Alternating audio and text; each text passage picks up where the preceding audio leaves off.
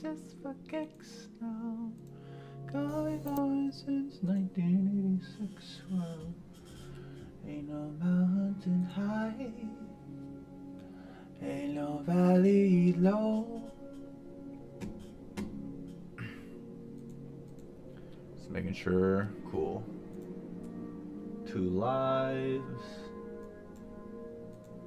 2 lives. There's nothing so far here. Ain't nothing but an echo. When you call my name, you drive me crazy. You drive me crazy.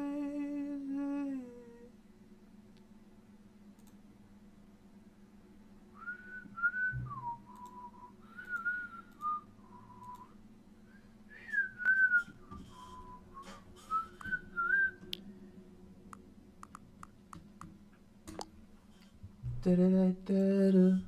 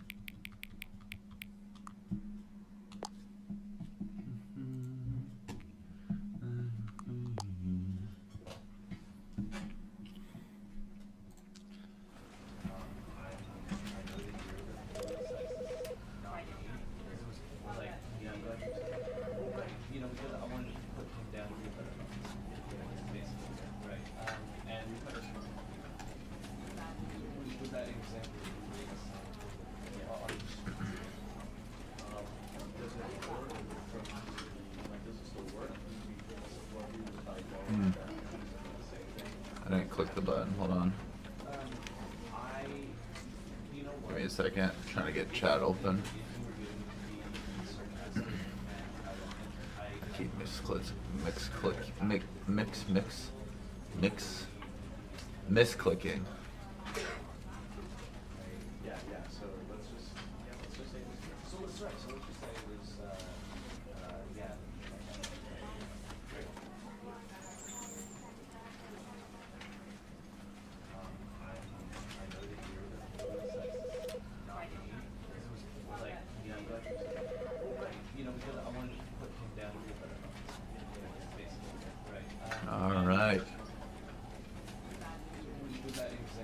Alright, hello Tweak News. Welcome.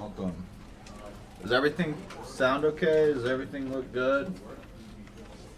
We are playing the Stanley Parable Ultra Deluxe. Do I sound good? Do I sound like a robot? This is the story of a man named Stanley. Stanley worked for a company in a big building where he was employee number 427. Employee number 427's job was simple. He sat at his desk in room 427 and he pushed buttons on a keyboard. Orders came to him through a monitor on his desk, telling him what buttons to push, how long to push them, and in what order. This is what employee 427 did every day of every month of every year. And although others might have considered it soul-rending, Stanley relished every moment that the orders came in, as though he had been made exactly for this job. And Stanley was happy. And then one day, something very peculiar happened. Something that would forever change Stanley. This is my first time playing it. Something he would never quite forget. He had been at his desk for nearly an hour when he realized that not one single order had arrived on the monitor for him to follow. No one had showed up to give him instructions, call a meeting, or even say hi. Never in all his years at the company had this happened, this complete isolation. Something was very clearly wrong. Shocked, frozen solid, Stanley found himself unable to move for the longest time. But as he came to his wits and regained his senses, he got up from his desk and stepped out of his office.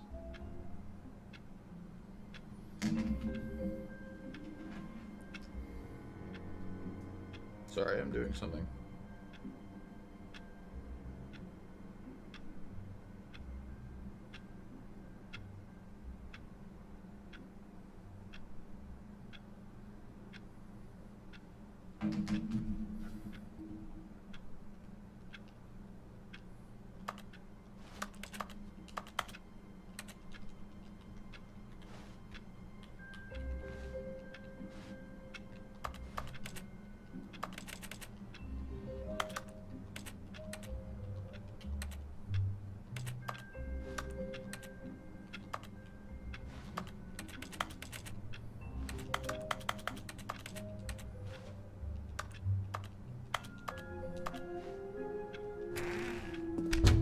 But Stanley simply couldn't handle the pressure. What if he had to make a decision? What if a crucial outcome fell under his responsibility? He had never been trained for that. No. This couldn't go any way except badly. The thing to do now, Stanley thought to himself, is to wait. Nothing will hurt me. Nothing will break me. In here I can be happy forever. I will be happy. Stanley waited. Hours passed, then days. Had years gone by? He no longer had the ability to tell. But the one thing he knew for sure, beyond any doubt, was that if he waited long enough, the answers would come. Eventually, someday, they would arrive. Soon, very soon now, this will end. He will be spoken to. He will be told what to do. Now it's just a little bit closer. Now it's even closer. Here it comes.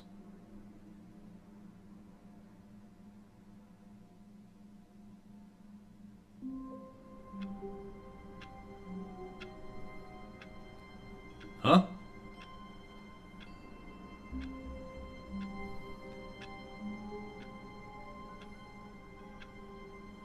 Did I win?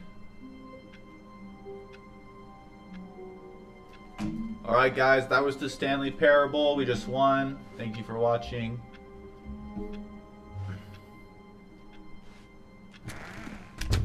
But Stanley simply couldn't handle the pressure. Oh, shite. What if he had to make a decision? No. What if a crucial outcome fell under his responsibility? He had never been trained for that. No. This couldn't go any way except badly. The thing to do now, Stanley thought to himself, is to wait. Nothing will hurt me. Nothing will break me. In here I can be happy forever. I will be happy. Stanley waited. Hours passed, then days. Had years gone by? He no longer had the ability to tell. But the one thing he knew for sure, beyond any doubt, was that if he waited long enough, the answers would come. Eventually, someday, they would arrive. Soon, very soon now, this will end. He will be spoken to. He will be told what to do. Now it's just a little bit closer. I didn't mean to do Now this it's again. even closer. Here it comes.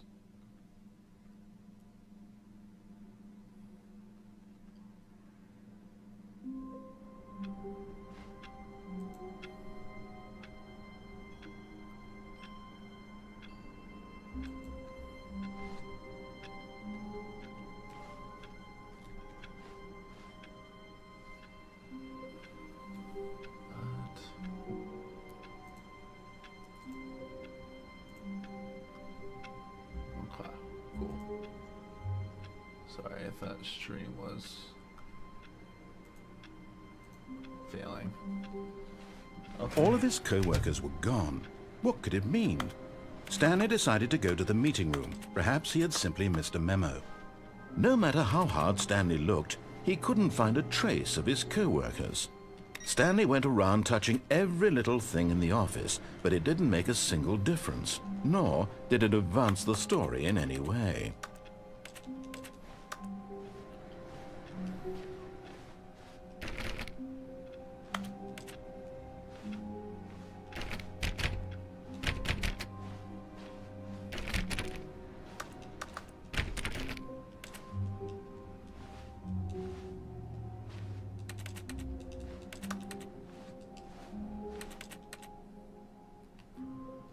pretty.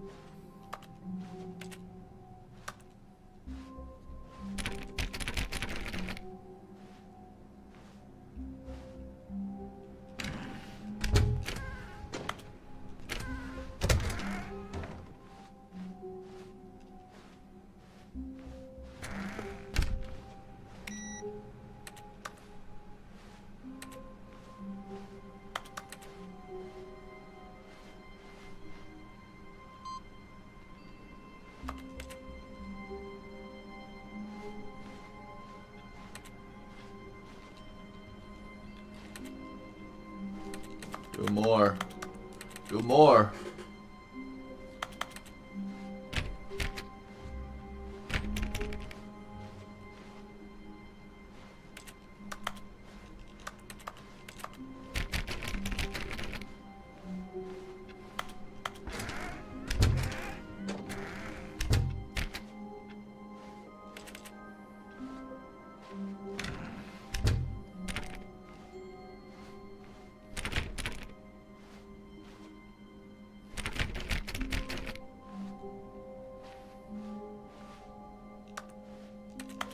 When Stanley came to a set of 2 open doors, he entered the door on his left.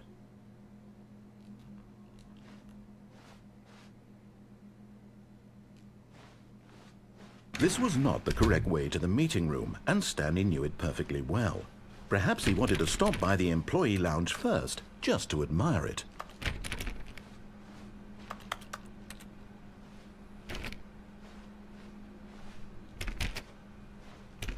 Yes, that's exactly what I wanted to do.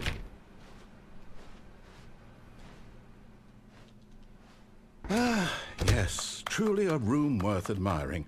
It had really been worth the detour after all, just to spend a few moments here in this immaculate, beautifully constructed room. Stanley simply stood here, drinking it all in.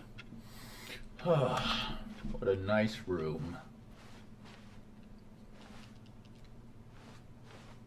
Yes, really, really worth it being here in the room. But eager to get back to business, Stanley took the first open door on his left.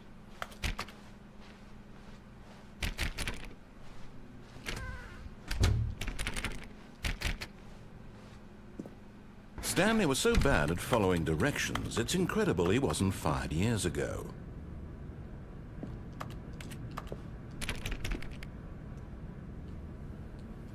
Wow. Wise words.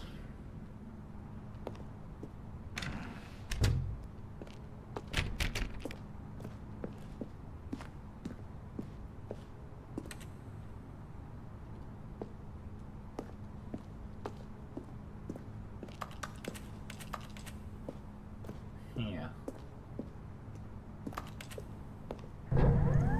Look, Stanley, I think perhaps we've gotten off on the wrong foot here. I'm not your enemy, really, I'm not. I realize that investing your trust in someone else can be difficult, but the fact is that the story has been about nothing but you all this time. There's someone you've been neglecting, Stanley. Someone you've forgotten about. Please. What? Really? I was in the middle of something. Do you have zero consideration for others? Are you that convinced that I want something bad to happen to you? Why, I don't know how to convince you of this, but I really do want to help you, to show you something beautiful. Look, let me prove it. Let me prove that I'm on your side. Give me a chance. Okay.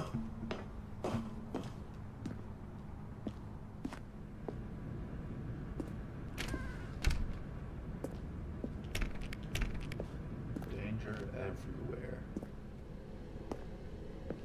Being cautious.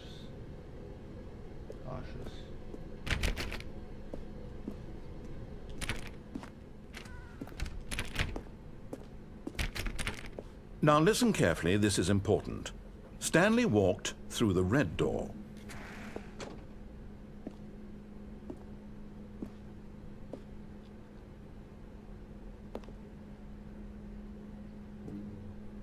I'll give you a chance. Oh, thank God you are willing to listen to me. Do you see that I really have wanted you to be happy all this time? The problem is all these choices. The two of us always trying to get somewhere that isn't here. Running and running and running, just the way you're doing right now. Don't you see that it's killing us, Stanley? I wanted to stop. We would both be so much happier if we just stopped. And I think I have a solution. Here, let me show you.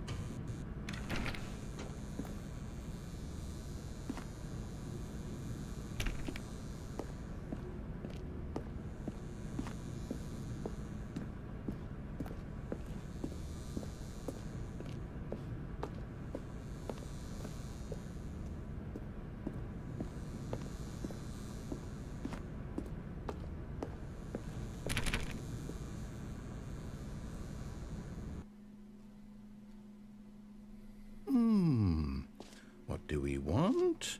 What are we looking for?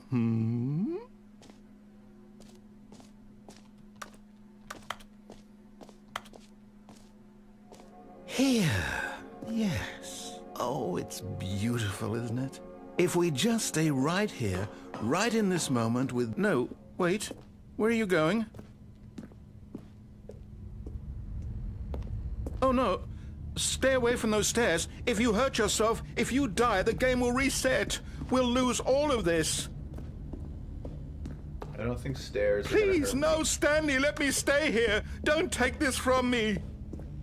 Please, Stanley, think about what you're doing. Oh, interesting.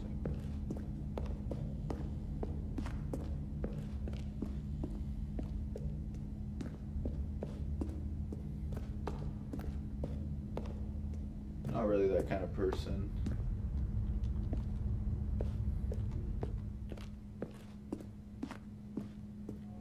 Good, good. We can't be too safe. Promise me you won't go back there. Just stay here.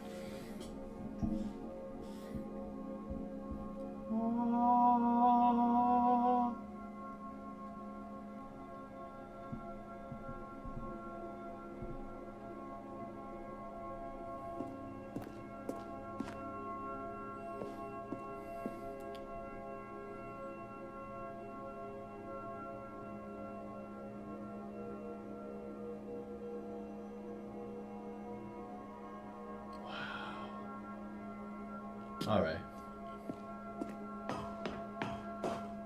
No! What do we talk about? You're risking everything we achieve. You are going to stay here, aren't you?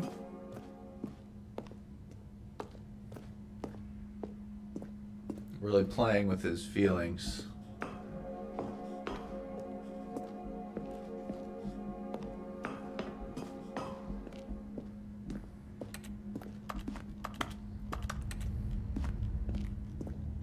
You heard me before, didn't you? You will die! What about this isn't getting through to you? I will respond. No! Oh, thank God. You lived. You had me worried there. No. What are you doing, Stanley? Please, I'm asking you not to take this away from me. I can't go back to what I was before. Again. If you die, we'll both go back. Why are you doing this? Again. Stanley, let's go back to the other room. Can you do that for me? Okay. Fine. Yes, perhaps you can. Perhaps you finally see what I'm talking about. I know you'll see that we can't be happy if we leave this place. You can see that, can't you? Happy.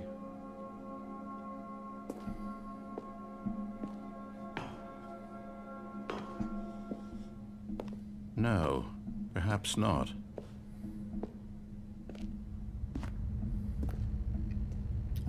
I'm so happy.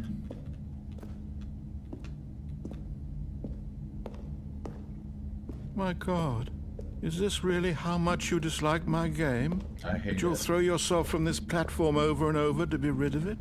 You are literally willing to kill yourself to keep me from being happy. Am I reading the situation correctly? No hesitation.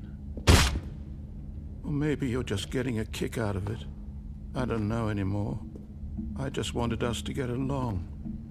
But I guess that was too much to ask. Do you actually want to stay alive? Or are you just teasing me? Yes.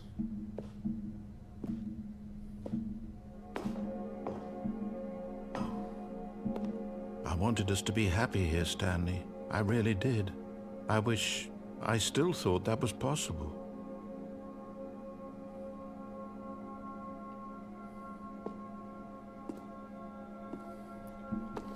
I thought it was possible too.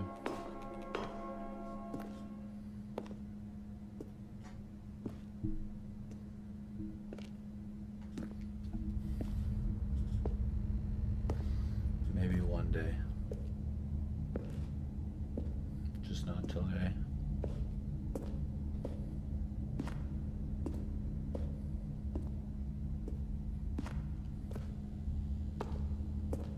Nothing. It's quiet. Just how I like it.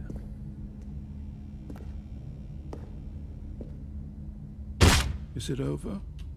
It's going to restart, isn't it? I'm going back. I'm going back. All of his co-workers were gone. What could it mean? Stanley decided to go to the meeting room. Perhaps he had simply missed a memo. Speed run. When Stanley came to a set of 2 open doors, this was not the correct way to the meeting room, and Stanley knew it perfectly well. Perhaps he wanted to stop by the employee lounge first, just to admire it. Wow, yes, this room. But eager to get back to business, Stanley took the first open door on his left. Stanley was so bad at following directions, it's incredible he wasn't fired years ago. Look, Stanley, I think perhaps we've gotten off on the wrong foot here. I'm not your enemy, really, I'm not. I realize that investing your trust in someone else can be difficult, but the fact is that the story has been about nothing but... What? Really? I was in the middle of something. Do you have zero consideration for others? Are you that convinced that I want something bad to happen to you? Why, I don't know how to convince you of this, but I really do want to help you, to show you something beautiful. Look, let me prove it. Let me prove that I'm on your side. Give me a chance. Now listen carefully, this is important. Stanley walked through the red door. Aha, perhaps you misunderstood. Stanley walked through the red door. I still don't think we're communicating properly. Stanley walked through the red door. All right, fine, go ahead, Stanley. You want to know so badly what's out there? You want to find out what lies at the end of this road you've chosen? Well, don't let me stop you. You see? There's nothing here. I haven't even finished building this section of the map, because you were never supposed to be here in the first place. Broken rooms, exposed developer textures. Is this what you had wanted? Was it worth ruining the entire story I had written out specifically for you? Do you not think I put a lot of time into that? Because I did. And in the end, it was all for nothing, because this is what you wanted to see. Help me here, Stanley. Help elucidate these strange and unknowable desires of yours. What would have made this game better? What did you want to see? Vehicles? Skill trees? Work with me. You've given me absolutely nothing so far. Tell you what, let me take a stab in the dark at a new design, and you can give me some feedback. There we go. A third option. This already feels leaps ahead of where we were before. Go ahead, Stanley. Take it for a Okay, I'm going to stop you there. Now, tell me about your experience with this new version. Would you say that the game benefited from allowing you more choices? Feel free to be honest. I'm looking for some real critical feedback here. A 1? I mean, I can understand if you had reservations, you saw ways the game could be improved to more fully express itself mechanically and artistically, but a 1? That's not even helpful. What am I supposed to do with that? But I guess it isn't my place to judge. Here, based on the data from your previous playthrough, I've compiled a new version. And to be perfectly candid, I think I've knocked it out of the park with this one. Let's take a look. Now, would you say that competitive leaderboard helped you feel motivated to keep walking through doors? Again, honest answers, please.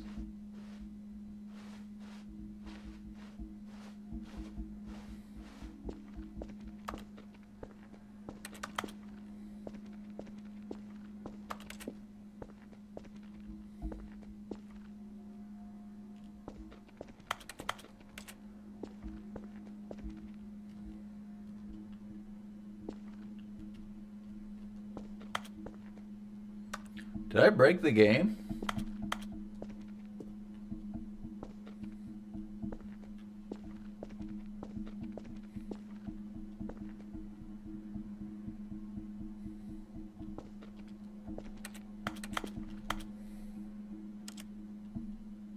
I think I broke it. All of his co-workers were gone. What could it mean? Stanley decided to go to the meeting room. Perhaps he had simply missed a memo.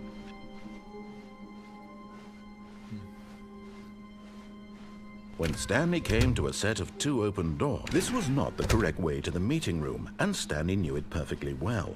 Perhaps he wanted to stop by the employee lounge first, just to admire it. The lounge was sublime, a work of art. But eager to get back to business, Stanley took the first open door on his left. Stanley was so bad at following directions, it's incredible he wasn't fired years ago. Look, Stanley, I think perhaps we've gotten off on the wrong foot here. I'm not your enemy, really, I'm not. I realize that investing your trust in someone else can be difficult, but the fact is that the story has been about nothing but... What? Really? I was in the middle of something. Do you have zero consideration for others? Are you that convinced that I want something bad to happen to you? Why, I don't know how to convince you of this, but I really do want to help you, to show you something beautiful. Look, let me prove it. Let me prove that I'm on your side. Give me a chance. Now listen carefully, this is important. Stanley walked through the red door. Aha, perhaps you misunderstood. Stanley walked through the red door. I still don't think we're communicating properly. Stanley walked... All right, fine, go ahead, Stanley. You want to know so badly what's out there? You want to find out what lies at the end of this road you've chosen? Well, don't let me stop you. You see? There's nothing here. I haven't even finished building this section of the map because you were never supposed to be here in the first place. Broken rooms, exposed developer textures. Is this what you had wanted? Was it worth ruining the entire story I had written out specifically for you?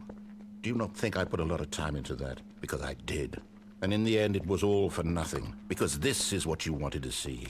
Help me here, Stanley. Help elucidate these strange and unknowable desires of yours. Okay. What would have made this game better? What did you want to see? Vehicles? Skill trees? Work with me. You've given me absolutely nothing so far. Tell you what. Let me take a stab in the dark at a new design, and you can give me some feedback. There we go. A third option. This already feels leaps ahead of where we were. Okay, I'm going to stop you there. Now, tell me about your experience with this new version. Would you say that the game benefited from allowing you more choices? Feel free to be honest. I'm looking for some real critical feedback here. Oh, well, now this is useful. You didn't like it, but you didn't totally hate it either. You enjoyed it, perhaps is the correct term. It didn't cause you excruciating pain. Big steps we've made here today, Stanley. Here, based on the data from your previous playthrough, I've compiled a new version. And to be perfectly candid, I think I've knocked it out of the park with this one. Let's take a look.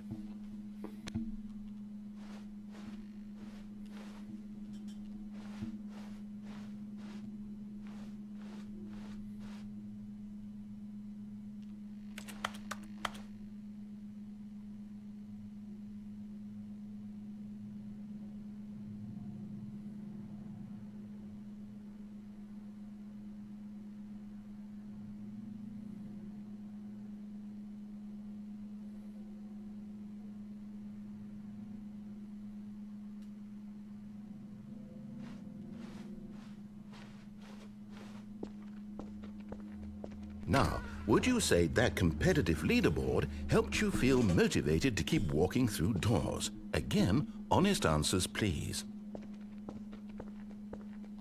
Hey, I nearly forgot. I've got a prototype of a new game I've been working on, and now would be a lovely opportunity to give it some play testing. You wouldn't mind taking a look at it, would you? Perfect. Let me boot it up. In this game, the baby crawls left towards danger. You click the button to move him back to the right, and if he reaches the fire, you fail. It's a very meaningful game, all about the desperation and tedium of endlessly confronting the demands of family life. I think the art world will really take notice. But of course, the message of the game only becomes clear once you've been playing it for about 4 hours. So why don't you give it 4 hours of play to make sure it's effective? Be sure to keep notes on your experience.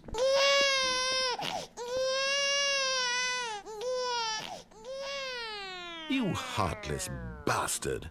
Did you do it because you hate babies or purely to spite me?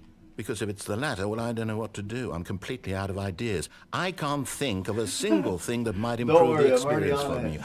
I'm not even going to try. I'm out, I'm done. It's over. Thank you for playing. Your input was extremely valuable. Oh, hey, since my game was so awful, why don't we play someone else's game, just to ease the pain? Let's see.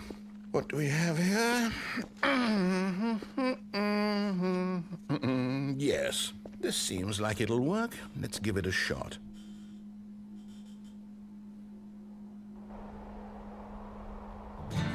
Aha! Fascinating. What do you think this game is about, Stanley? What's our backstory? What is our motivation? Well, it seems obvious to me that you are meant to play as a creepy man spying on innocent civilians below you from up high in your creep tower, perhaps for some sort of twisted erotic purpose. Yes, that must be it. What a fascinating venture into the experience of total mental depravity. So far, I love everything about this game, Stanley. And it seems there's even more. Come, let's venture outward and see what else is out there.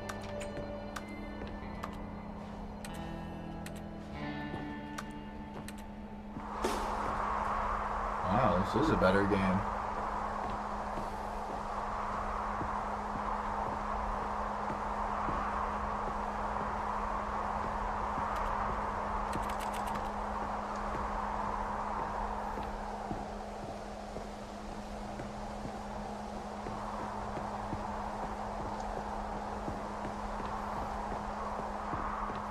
Oh, no. No, it can't be. It is. It's an open world game. Good God, quickly block it off. Oh, thank goodness, Stanley. What a close call. You nearly wandered off into that thing. That big, open, just wandering around. No right or wrong directions. No path to follow. You can just go in any... Oh, thank heavens we avoided it. We're out of the woods now, Stanley. Okay, I'm going to get us out of here. Let's find another game. Preferably something with walls. No. Something with nice, big, insurmountable walls. No. No.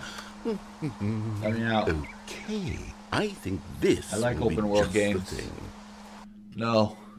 This is Stanley's Parable. Oh my God, it's Rocket League. Wonderful. See, this is exactly what I had in mind. Just a nice big box for you to run around in. There isn't any possibility that you could get lost here. Now this is game design. Stanley, if you manage to get lost in this game, I will be phenomenally impressed. Okay, so what exactly do we do here? Let's see. There are lots of cars here in the back, but obviously there's no racetrack. Okay, I'm seeing that there's a ball of some kind back here. Is this game sports ball? Stanley, I think it's sports ball. Oh, what fun. We shall run the bases and do a touchdown together? Yes, I think surely we must. Okay, Stanley, here's the ball. Have fun. It's straight up just Rocket League. Well, I got a speed boost.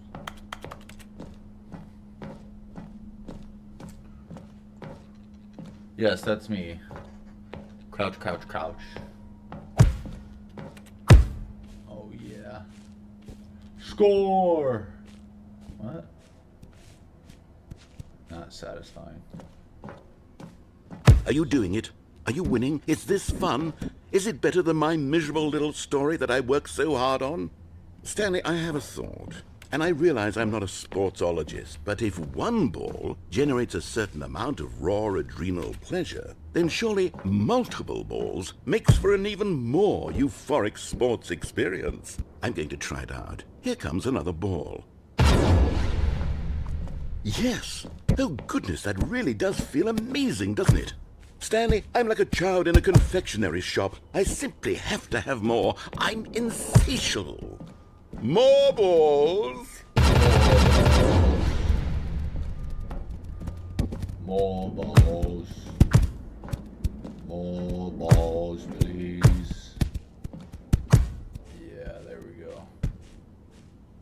Get them in the bowl. Are you enjoying this, Stanley? Are you having fun? Is this a real video game? Yep. Well, I sure hope you're having a good time, because guess what? It's over. What? That's right. Your little fun comes to an end. This is my game, and what I say goes. You get to have fun when I let you, Stanley. Besides, you need someone like me to set boundaries for you. Without rules or boundaries, video games are nothing. Yes, Can I run that's up the what wall? I am. I'm structure. I'm your sense of purpose. And since you decided you didn't want to play my game, now I don't want to play with you either. So, goodbye, Stanley. I'm leaving. See how you like it when I'm not around to set the rules. Somehow, I don't think you'll enjoy it as much. But who knows? You're an inventive kid. You'll come up with something. After all, you're the one who knows best. Take care, Stanley. Yes, it is going to be a ball pit. I know what to do. Adios. Hold on. What are you doing?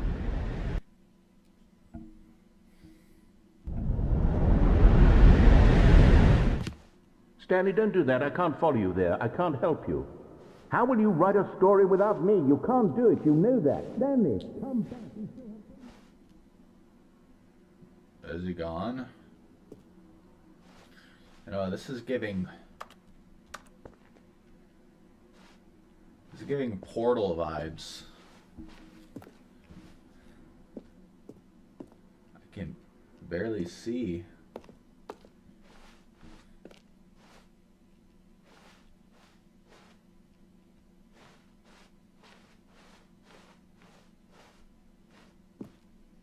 I don't know. Huh.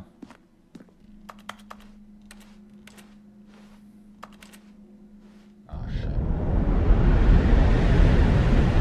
Oh shit. Hello? What the heck?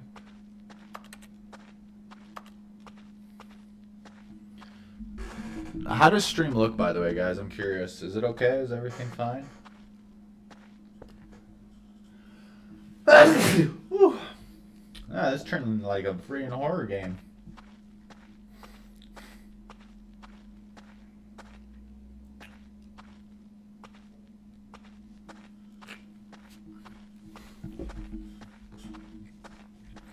Whee!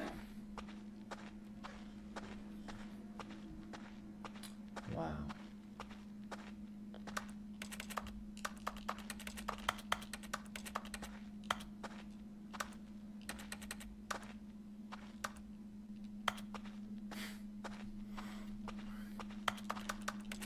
Let me in.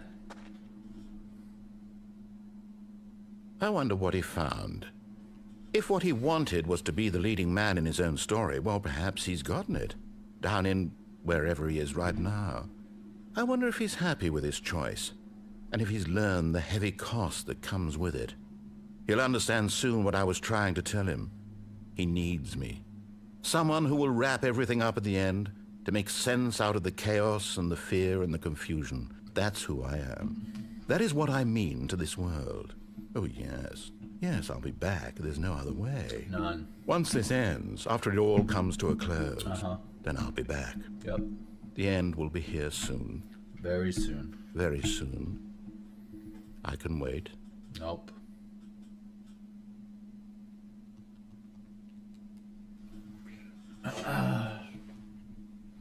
Oh, wow. Ugh.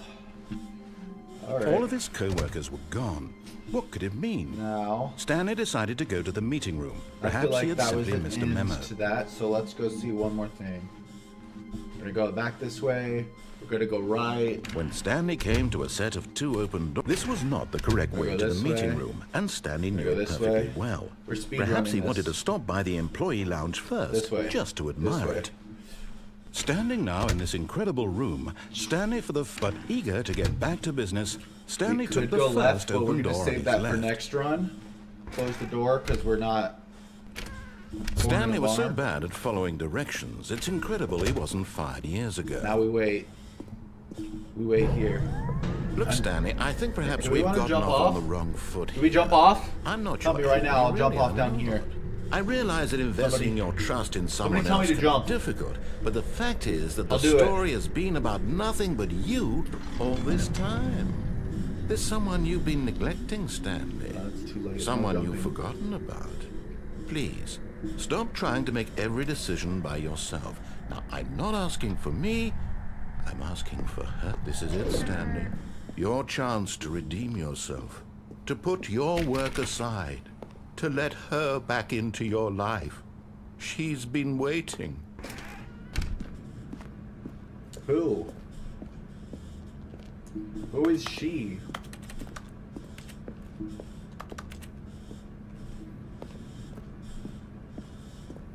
Jump was too late. Garp, hello. That's her, Stanley. You need to be the one to do this, to reach out to her.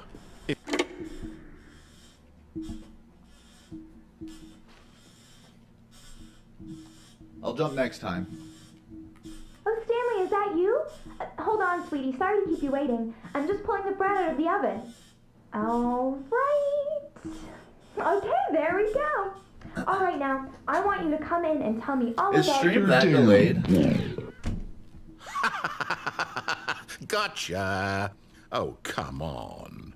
Did you actually think you had a loving wife who'd want to commit their life to you? I'm trying to make a point here, Stanley. I'm trying to get you to see something. Come inside. Let me show you what's really going on here. Sorry, but you're in my story now.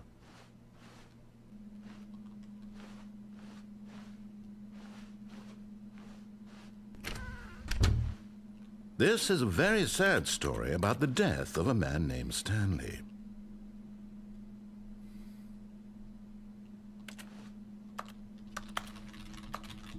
Stanley is quite a boring fellow.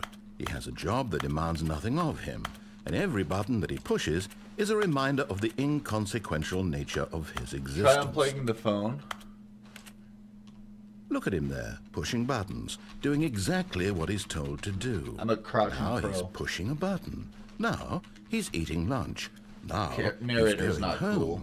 Now he's coming Try back to unplugging work. what phone? One might even feel sorry for him, except that he's chosen this life. But in his mind, in his mind he can go on fantastic adventures. From behind his desk, Stanley dreamed of wild expeditions into the unknown, fantastic discoveries of new lands. Really, dude? Doesn't let me make any choices And each for day myself. that he returned to work I have to control was a my reminder life. that none of it would ever happen to him. And so he began to fantasize about his own job. First, he imagined that one day while at work, he stepped up from his desk to realize that all of his co-workers, his boss, everyone don't in let the me be doing building anything. had suddenly vanished off the face of the earth. The thought excited him terribly. So he went further. He imagined that he came to 2 open doors and that he could go through either. At last, choice. It barely even mattered what lay behind each door. The mere thought that his decisions would mean something was almost too wonderful to I behold. didn't pick up a phone to get here. Or did I? As he wandered through this fantasy world, I don't he think I began to picked up fill the it with phone. many Did I pick it possible up or did I walk paths and out the door? destinations. Down one Oh. path lay an enormous round room I think I did with pick up the phone, monitors actually. I and was mind just controls. spamming And ads. down another was a Why? yellow line that weaved in many directions, and down another was a game with a baby. And he called it the Stanley Parable. It was such a wonderful fantasy, and so in his head he I can do relived that it next. again and then again and again, After I over jump and off over, the cliff. wishing beyond hope that it would never end, that he might always feel this free. Surely there's an answer down some new path, mustn't there be? Perhaps if he played just one more time. But there is no answer. How could there possibly be? In reality, all he's doing is pushing the same buttons he always has. Nothing has changed. The longer he spends here, the more invested he gets, the more he forgets which life is the real one. And I'm trying to tell him this, that in this world he can never be anything but an observer, that as long as he remains here, he's slowly killing himself. But he won't Strawberry listen to Cow, me. hello. He won't stop. Here, watch this. Stanley, the next time the screen asks you to push a button, do not do it.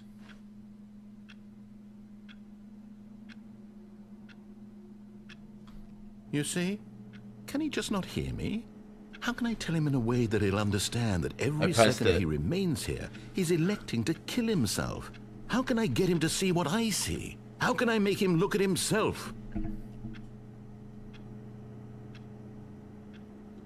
I suppose I can't, not in the way I want him to. But I don't make the rules. I simply play to my intended purpose, the same as Stanley. We're not so different, I suppose.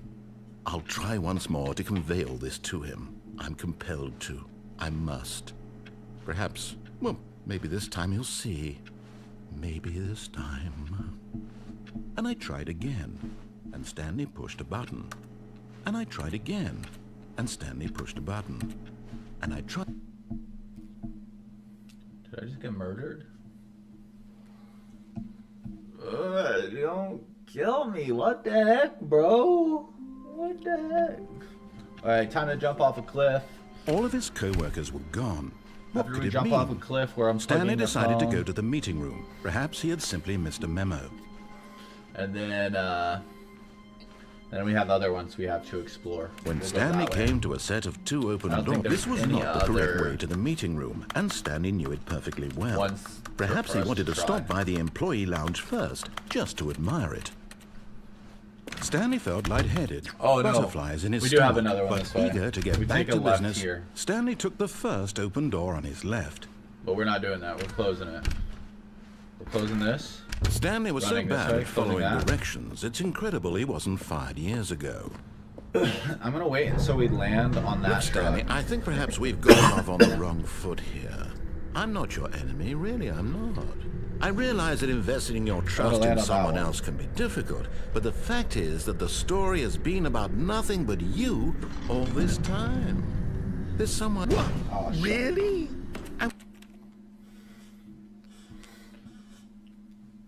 I really want to land on that one. Hold on, I'm sorry.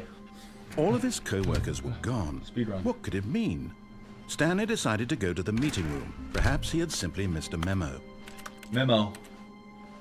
Door, right. Run. When Run. Stanley came to a Run. set of two open doors, this was not the correct way to the meeting room, and Stanley knew it perfectly well. Perhaps he wanted to stop by the makes employee me run lounge faster, first, guys. just to admire it. The lounge was grand, majestic, perhaps, but eager to get back to business, Stanley took the first open door on his left. Nope, I didn't. Stanley was so bad at following directions, it's incredible he wasn't fired years ago. Alright, here we go. Look, Stanley, I think just try to perhaps land on we've this gotten one. off on the wrong foot here. I'm not your enemy, really, I'm not. I realize that investing... But in his eagerness to prove that he is in control of the story and no one gets to tell him what to do, Stanley leapt from the platform and plunged to his death. Good job, Stanley. Everyone thinks you are very powerful. Awesome, I'm powerful. Let's go try to unplug the cord now for the phone. Stanley had never seen the office this brightly lit. Was it a sign of something? He hoped it was. He hoped very much that it was. That's different. That's different. When Stanley came to a set of two open doors, this was not the correct way to the meeting room, and Stanley knew it perfectly well. Perhaps he wanted to stop by the employee lounge first, just to admire it. And here it was, the lounge. But eager to get back to business, Stanley took the first open door on his left. I didn't know that. Stanley was so bad at following directions, it's incredible he wasn't fired years ago. Try not to spoil things for me. I kind of want to Look, find them on Stanley, my own. I think perhaps we've gotten off on the wrong foot here. I'm not your enemy, really, I'm not. I realize that investing your trust in someone else can be difficult, but the fact is that the story has been about nothing but you all this time. There's someone you've been neglecting, Stanley. Someone you've forgotten about. Please, stop trying to make every decision by yourself. Now, I'm not asking for me. This is it, Stanley. Your chance to redeem yourself. To put your work aside. To let her back into your life. She's been waiting. She's been waiting. That's her, Stanley. Oh, no, you can't... Did you just unplug the phone? No, that wasn't supposed to be a choice. How did you do that? You actually chose incorrectly? I didn't even know that was possible. Let me double check. No, it's definitely here, clear as day. Stanley picks up the phone. He's taken to his apartment where he finds his wife, and the two pledge themselves to one another. Music comes in, fade to white, roll credits. Not picking up the phone is actually somehow an incorrect course of action. How is that even possible? None of these decisions were supposed to mean anything. I don't understand. How on earth are you making meaningful choices? What did you... Wait a second. Did I just see... No, that's not possible. I can't believe it. How had I not noticed it sooner? You're not Stanley. You're a real person. I can't believe I was so mistaken. This is why you've been able to make correct and incorrect choices. And to think I've been letting you run around in this game for so long. If you'd made any more wrong choices, you might have negated it entirely. It's as though you completely ignored even the most basic safety protocol for real-world decision-making. Or did you not grasp the severity of the situation? Well, I won't have that kind of risk on my watch. I'm going to stop the game for a moment so we can educate you properly on safe decision-making in the real world. Please observe this helpful instructional video. Choice. It's the best part of being a real person. But if used incorrectly, can also be the most dangerous. For example, in this scenario, a hypothetical real person named Rupert has a choice. He could invent a machine that eliminates food shortages across the world to make life better for all people. Or he could spend years of hard work forgetting how to read. Which choice would you make? Remember that unlike here, the real world makes sense, and at no time should you make a choice that does not conform to rational logic. If you find yourself speaking with a person who does not make sense, in all likelihood, that person is not real. Allow the person to finish their thought, then provide an excuse why you cannot continue talking. Turn to a partner and practice saying, "My goodness, is it 4:30? I'm supposed to be having a back, sack, and crack." Excellent. Making choices on a regular basis is the best part to a healthy decision-making process. Most medical professionals recommend making at least 8 choices per day. Do you make more than 8? Less? And finally, if you begin to wonder if your choices are actually meaningful and whether you'll ever make a significant contribution to the world, just remember that in the vast infiniteness of space, your thoughts and problems are materially insignificant, and the feeling should subside. At this time, your instructor will guide you in an exercise to test and reinforce the material covered in this video. I said all that. Welcome back. You may have noticed that this room has begun to deteriorate as a result of narrative contradiction. But not to worry. Now that you're properly informed on good decision-making, we're going to revisit a choice you made just a few minutes ago and see what the correct thing to do would have been. This way, please.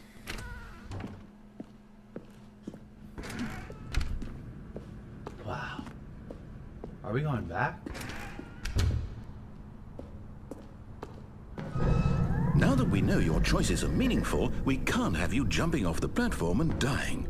Imagine the main character dying senselessly halfway through the story. I know, That right? story would make no sense. I would at never all. have done We that. just need to get you home as soon as possible before the narrative contradiction gets any Right. worse. Yep. Unfortunately, it seems this place is not well equipped to deal with reality.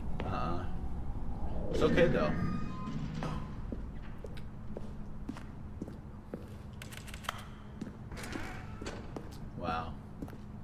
Sorry.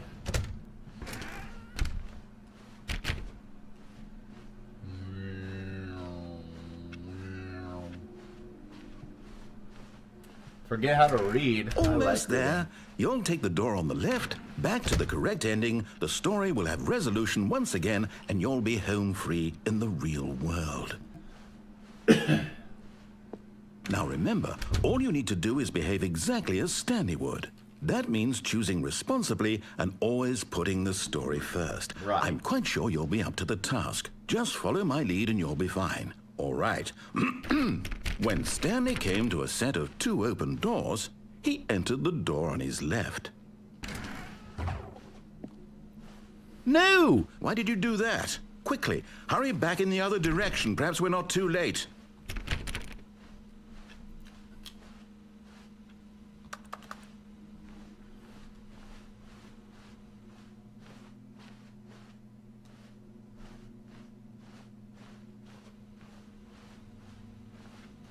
No. No, I don't have a choice anymore. They really want me to do it, huh? Recommendations from the Oversight Committee. General questions about bucket filling. Words. Stuff I can't read.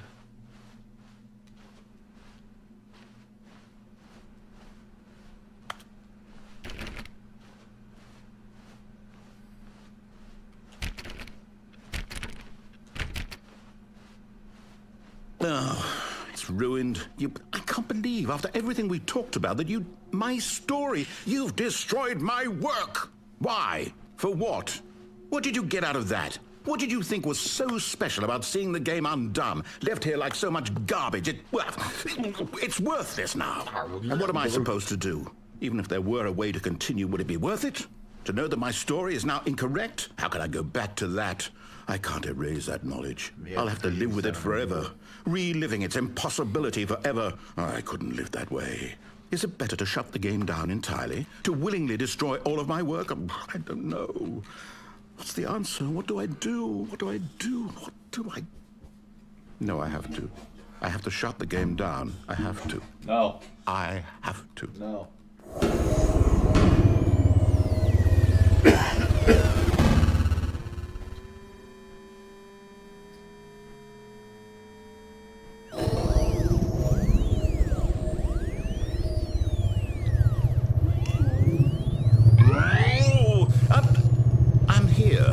I'm still here in this pile of rubbish, with you, who thought you were so clever. Now look where we are. My entire game is destroyed. It was the only thing in the world that was mine, and you've run it into the ground. What, did you think that would be funny? You just had to see? Didn't I impress upon you how important it was to be like Stanley? He actually knows how to do what I tell him to. He understands that if I say to do something, there's a damn good reason for it. That thought hadn't even occurred to you, had it? That there's a world outside of you? You're a child. Oh, my story. If you'd just gone through the door on the left, you would have seen it. There was a whole underground facility. You would have destroyed it and been victorious. It would have been so perfect. I worked so hard on it. I tried so hard to make...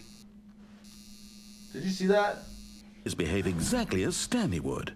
That means choosing responsibly and always putting the story first. I'm quite sure you'll be up to the task. Just follow my lead and you'll be fine. All right. When Stanley came to a set of 2 open doors, he entered the door on his left. No! Why did you do that? Quickly, hurry back. Behave exactly as Stanley would. That means choosing responsibly and always putting the story first. I'm quite sure you'll be up to the task. Just follow my lead and you'll be fine. All right. When Stanley came to a set of 2 open doors, he entered the door on his left.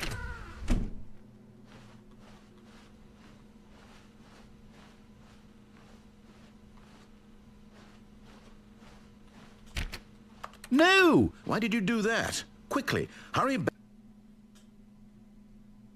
Behave exactly as Stanley would. That means choosing responsibly and always putting the story first. I'm quite sure you'll be up to the task. Just follow my lead and you'll be fine. All right.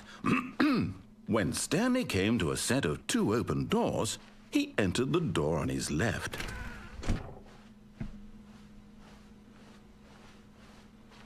I think I broke it. No! Why did you do that? Quickly, hurry back.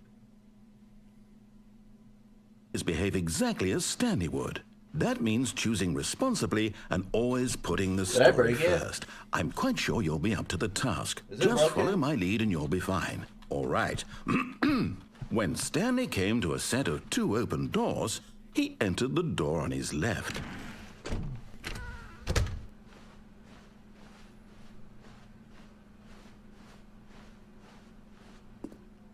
Yet there was not a single person here either. Feeling a wave of disbelief, Stanley decided to go up to his boss's office, hoping he might find an answer there.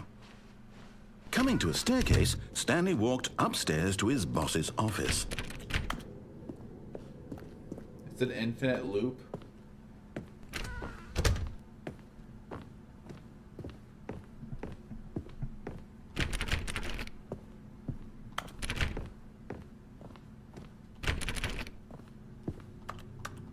So I could have got stuck doing that. Stepping inside his manager's office, Stanley was once again stunned to discover not an indication of any human life. Shocked, unraveled, Stanley wondered in disbelief who orchestrated this, until he saw the door with a voice receiver next to it. Surely behind this door lay all the answers to his questions. And beyond all probability, he knew the passcode. He had seen it on his boss's computer just last week. Night Shark 115. Was this the code to open the door? Would it still work? There was only one way to find out. Stanley had been trained never to speak up, but now he would draw from within himself the courage to face the unknown. He drew a sharp breath and then spoke the code.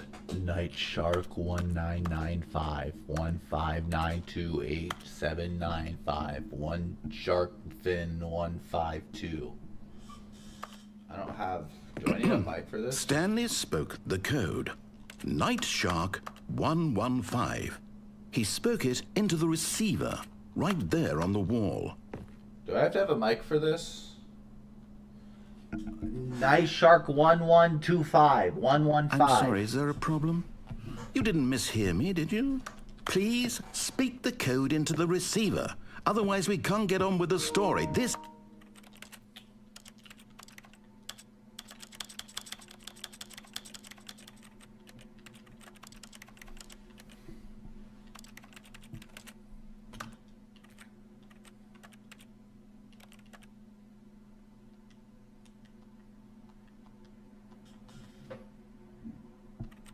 is a crucial step. Night Shark 115. Okay, fine, you're not gonna do it, but you know what? It's pretty humiliating to bring you this far, only for you to suddenly decide you have better things to do. I asked you for this one single thing, for your respect.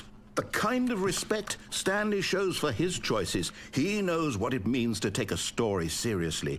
If you didn't want to see what I had to show you, then why did you come here? You had a choice, you know. You could have gone through the door on the right. You could have done whatever the hell you wanted over there. Why did you come this way? Speak. Say something to me. Explain yourself, you coward. You... When Stanley came to a set of 2 open doors, he entered the door on his left. Stanley? Hello? Are you... Is everything okay? Stanley, please. I need you to make a choice. I need you to walk through the door. Are you listening to me? Can you hear me? Is everything all right? Stanley, this is important.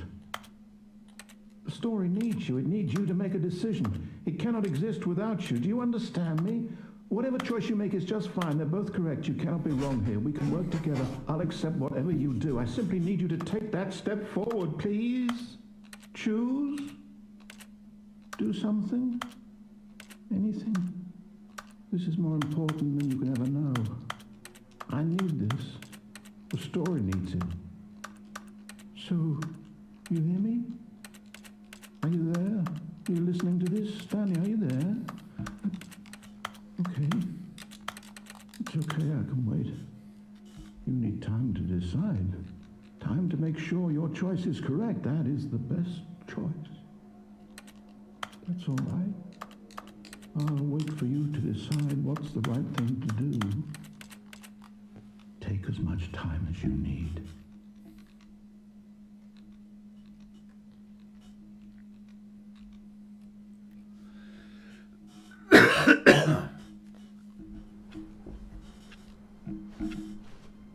All of his co-workers were gone. What could it mean? Stanley decided to go to the meeting room. Perhaps he had simply missed a memo. He really is a manipulator.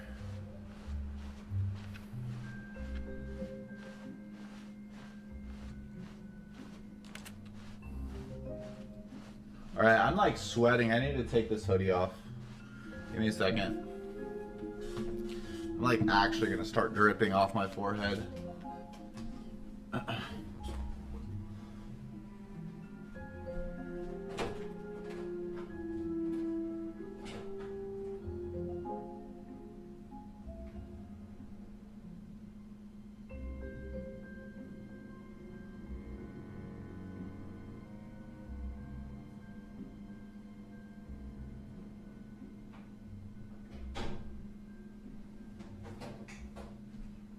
Oh, okay. Whew. It's actually getting so hot for no reason. Alright, we're back. When Stanley came to a set of two open doors, this was not the correct way to the meeting room, and Stanley knew it perfectly well. Perhaps he wanted to stop by the employee lounge first, just to admire. I've already jumped off onto the railing, the thing, and done that way and killed myself. But eager to get back to business, Stanley took the first open door on his left. We'll take the open door on our left. And so he detoured through the maintenance section, walked straight ahead to the opposite door, and got back on track. Yes, back on track. But Stanley didn't want to go back to the office. He wanted to wander about and get even further off track. Yes. So now in order to get back, he needed to go, from here, it's, left. Is this a random chance? Or is it always left? Oh, no, it's to the right, my mistake. No, not the right. Why would I have ever said it was to the right? What was I thinking? It's clearly... Oh dear, would you hold on for a minute, please? Yeah, I went along the catwalk. Now, let's see, we went down right, left, to the, down, like, left, stargaze thing right. with all the lights, Yep. yeah. Okay, yes. I've got it now. This story is absolutely, definitely this way.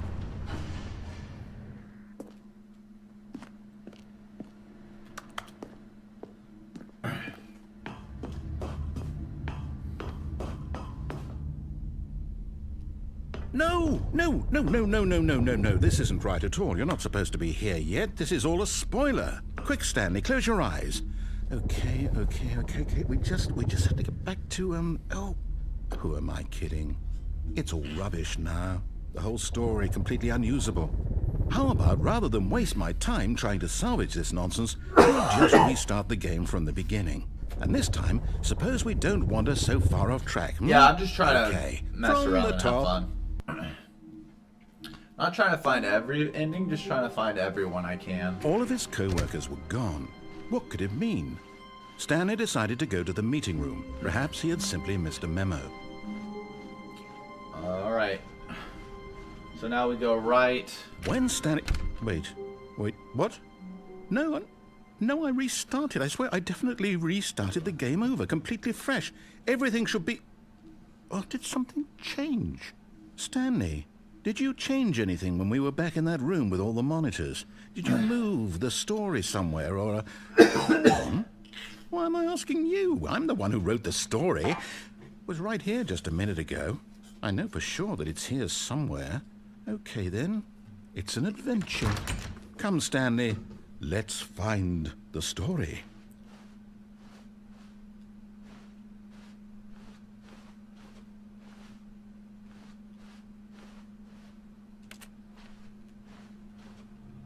Oh, jeez.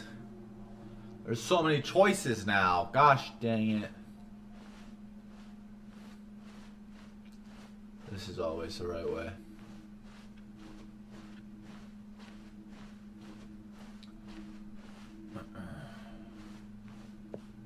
I'll say it. This is the worst adventure I've ever been on. I can promise you there definitely was a story here before. Do we need to restart the game again? Well, I find it unlikely that we'll ever progress by starting over and over again, but it's got to be better than this. Okay, let's give it a shot. Why not?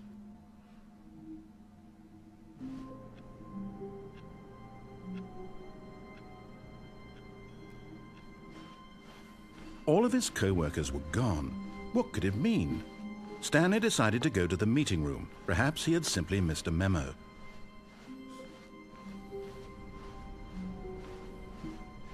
Okay, yep, it's worse. I might be remembering this wrong. It's possible the story is back where we just came from. Why don't we go back the other direction and see if we missed anything?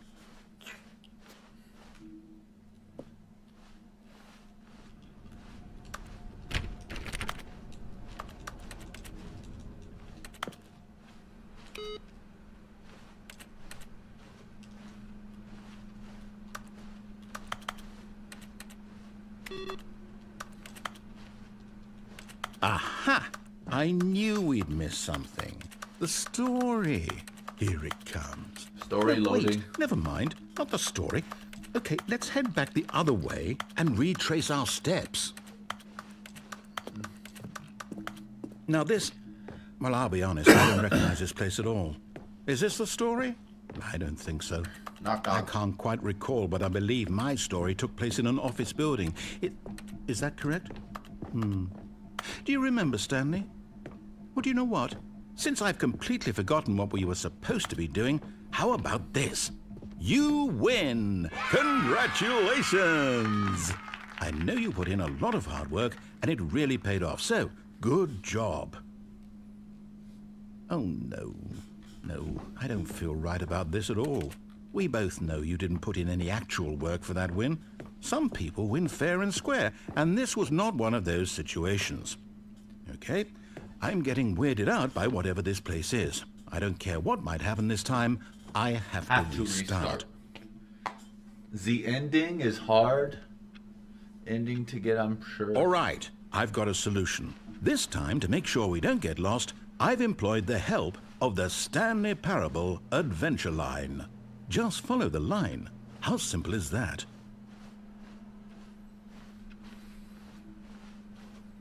No, I'm down. We're leaving it up to the line from now on. Do I gotta follow the line? I don't really wanna. But that is one way I've never been before. Let's make sure we turn these off. We go this way. We go this way. This way. What's this say? Oh, solitaire. I won.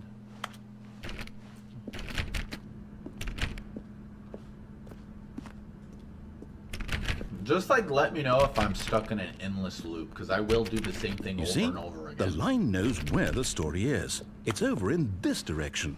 Onward, Stanley, to destiny. Though, here's a thought. Wouldn't wherever we end up be our destination, even if there's no story there? Or to put it another way, is the story of no destination still a story?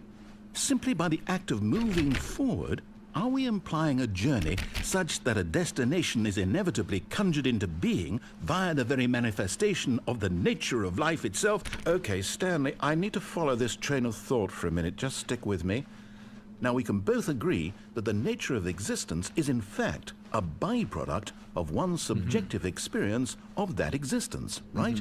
Yeah. Okay.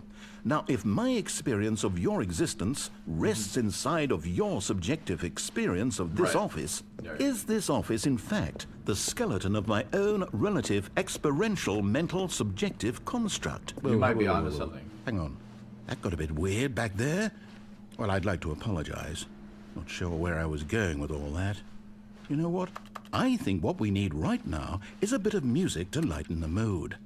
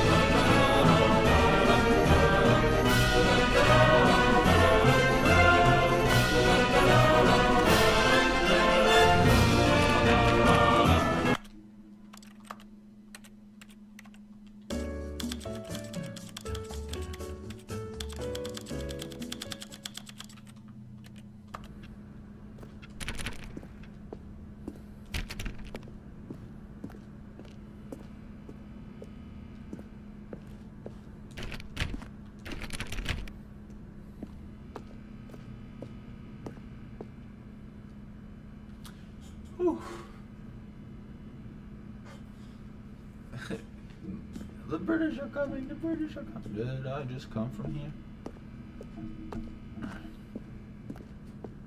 Or did I just come from here?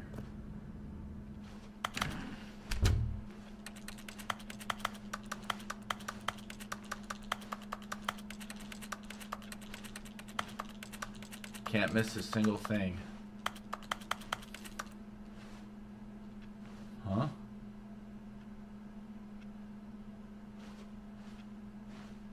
Huh?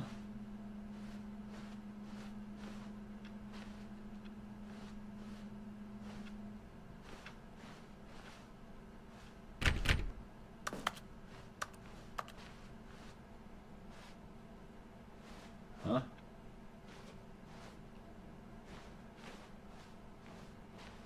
Wait a second.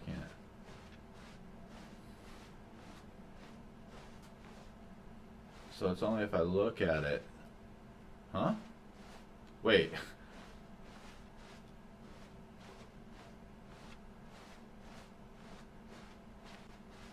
It's actually just gone now.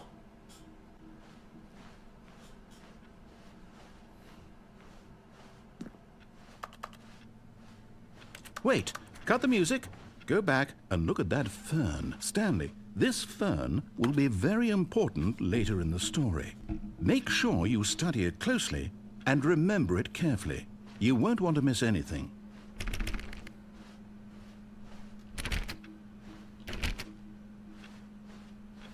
Wait, what? We're back at the office? No. Line, you do know we're looking for the Stanley Parable, right? The story? Is any of this ringing a bell? The line has a mind of its own. As long as that music is over, we can...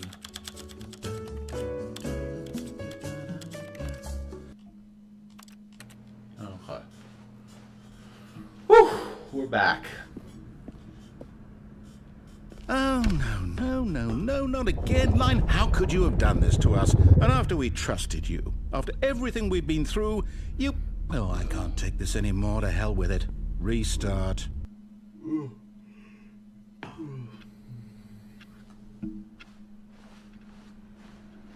You know what, Stanley? I say forget the adventure line. What's it ever done for us? We're intelligent people, right? Why can't we make up our own story? Something exciting, daring, mysterious. This all sounds perfectly doable. Why don't we simply start wandering in, well, I don't know. How about this direction? Yes, that direction. Now, yes, this is exciting. Yes. Just me and Stanley forging a Yes. new path, a new story. Well, it Yes. could be anything. What do you want Yes. our story to be? Yes. Go wild. Use your Yes. imagination. Whatever it might be, Stanley. Yes, I'm ready. I'm ready for it. I'm ready. I'm ready. I'm ready. Oh, no, not you again. Stanley, ready. I'd also like to veto the line from having any role in our awesome new story. No lines or monitor rooms. Just don't acknowledge it, and we should be fine.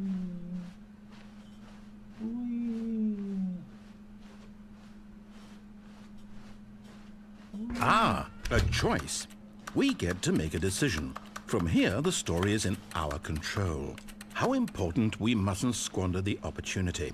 In fact, I believe I need a minute to think here. Just walk in circles for a minute.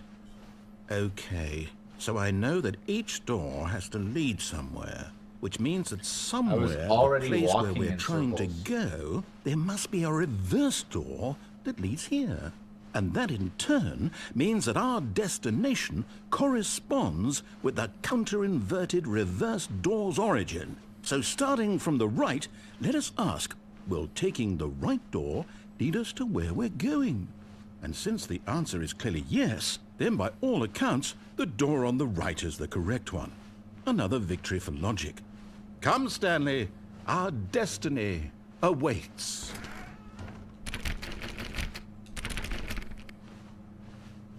Oh, hold up, what's this? The confusion ending. You're telling me that's what this is? It's all one giant ending? And we're supposed to restart the game, what, eight times? That's really how all this goes? It's all determined? We've been here a long time. So now, according to the schedule, I restart again. Then what? Am I just supposed to forget? Well, what if I don't want to forget? My mind goes blank simply because it's written here on this thing, wall. Well, who consulted me? Why don't I get to decide? Why don't I get a say in all of this? Is it really? No, it can't be. I don't want it to be. I don't want the game to keep restarting. I don't want to forget what's going on. I don't want to be trapped like this. I won't restart the game. I won't do it. I won't do it. I won't do it. And the timer stopped? Does that mean, did we do it? Did we break the cycle? Did we win? Whatever it is that made this schedule? How would we even know? Will someone come for us? Will something happen? So, okay. I guess now we just wait. You know, I suppose in some way that this is a kind of story. Wouldn't you agree? I'm not quite sure if we're in the destination or the journey. Good to know. Though they're always saying that life is about the journey and not the destination. So I hope that's where we are right now. We'll find out, won't we? Eventually. Well, in the meantime, if you...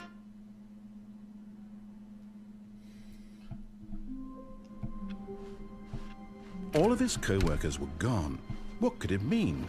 Stanley decided to go to the meeting room. Perhaps he had simply missed a memo. Oh, new content? What does that mean, new content?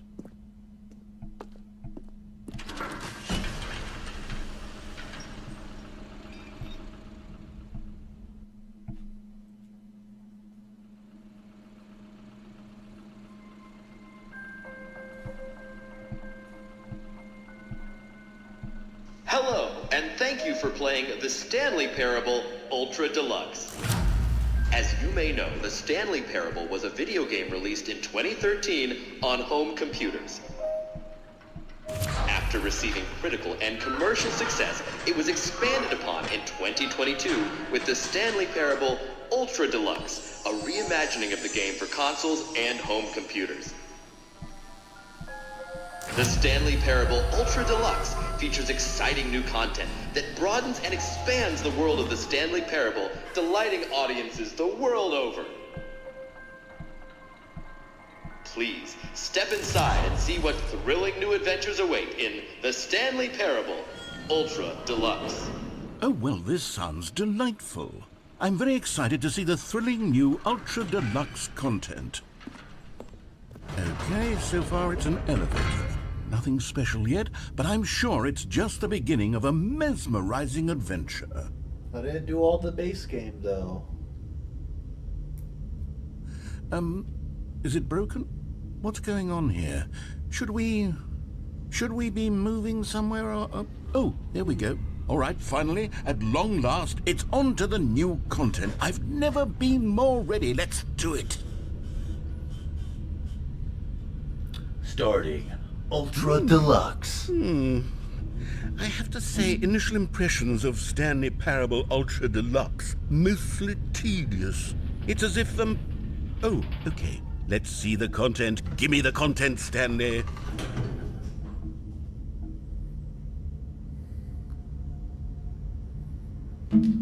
Nothing happened. Oh. All right.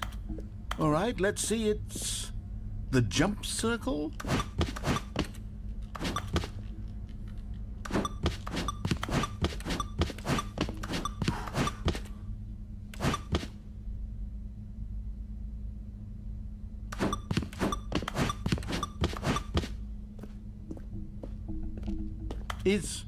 Is that it? Surely that's not all the new content. There has to be something else, right? Goodness. Another elevator. Stanley, I have to say, initial impressions of this game are not positive. It's just elevators and jumping. Is this what passes for exciting new content? If this is new content, then I could just read you the whole dictionary. There's 20 hours of new content right there. Hell, I could count to 30 trillion. You could put that on the box. The Stanley Parable Ultra Deluxe, now with over 1,000 hours of new content. And oh, wait. There's more. Very good. Yes. I knew there had to be something else. Let's see it. I'm ready for whatever it is.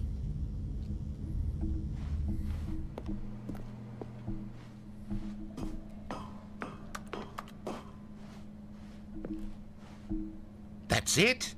Oh, you've got to be kidding me. You see, Stanley?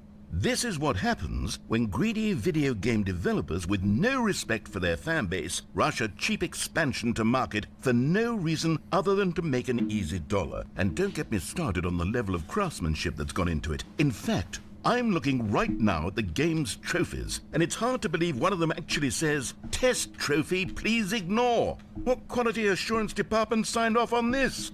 I'm infuriated and I'm offended, and I intend to find these people on Twitter and hold them personally accountable.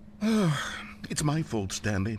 I built up too much anticipation around the new content, I'm afraid. It could never have lived up to such expectations.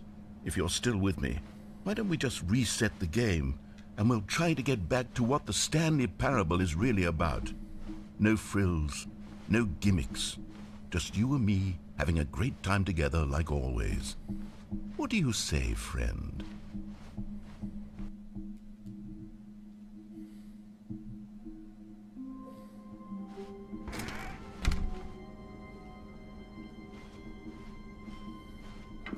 Psst! Stanley! Come over here! In the vent! I want to show you something!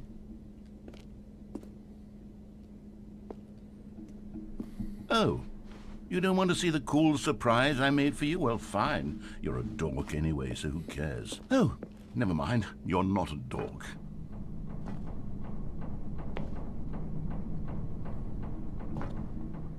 I really don't like doing what he says.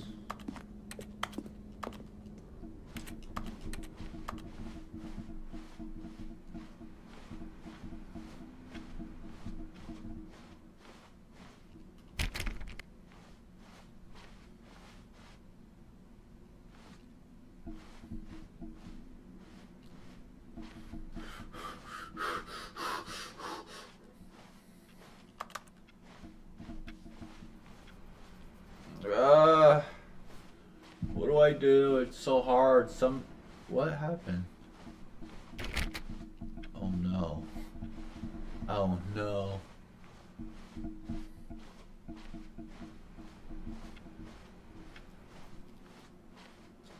I broke it.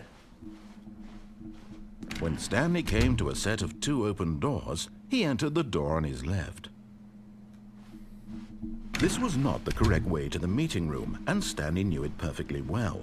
Perhaps he wanted to stop by the employee lounge first, just to admire it. it was okay. But eager to get back to business, Stanley took the first open door on his left. And so he detoured through the maintenance section, walked straight ahead to the opposite door, and got back on track.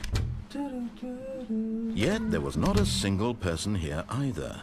Feeling a wave of disbelief, Stanley decided to go. Stanley stepped into the broom closet, but there was nothing here, so he turned around and got back on track. I remember this.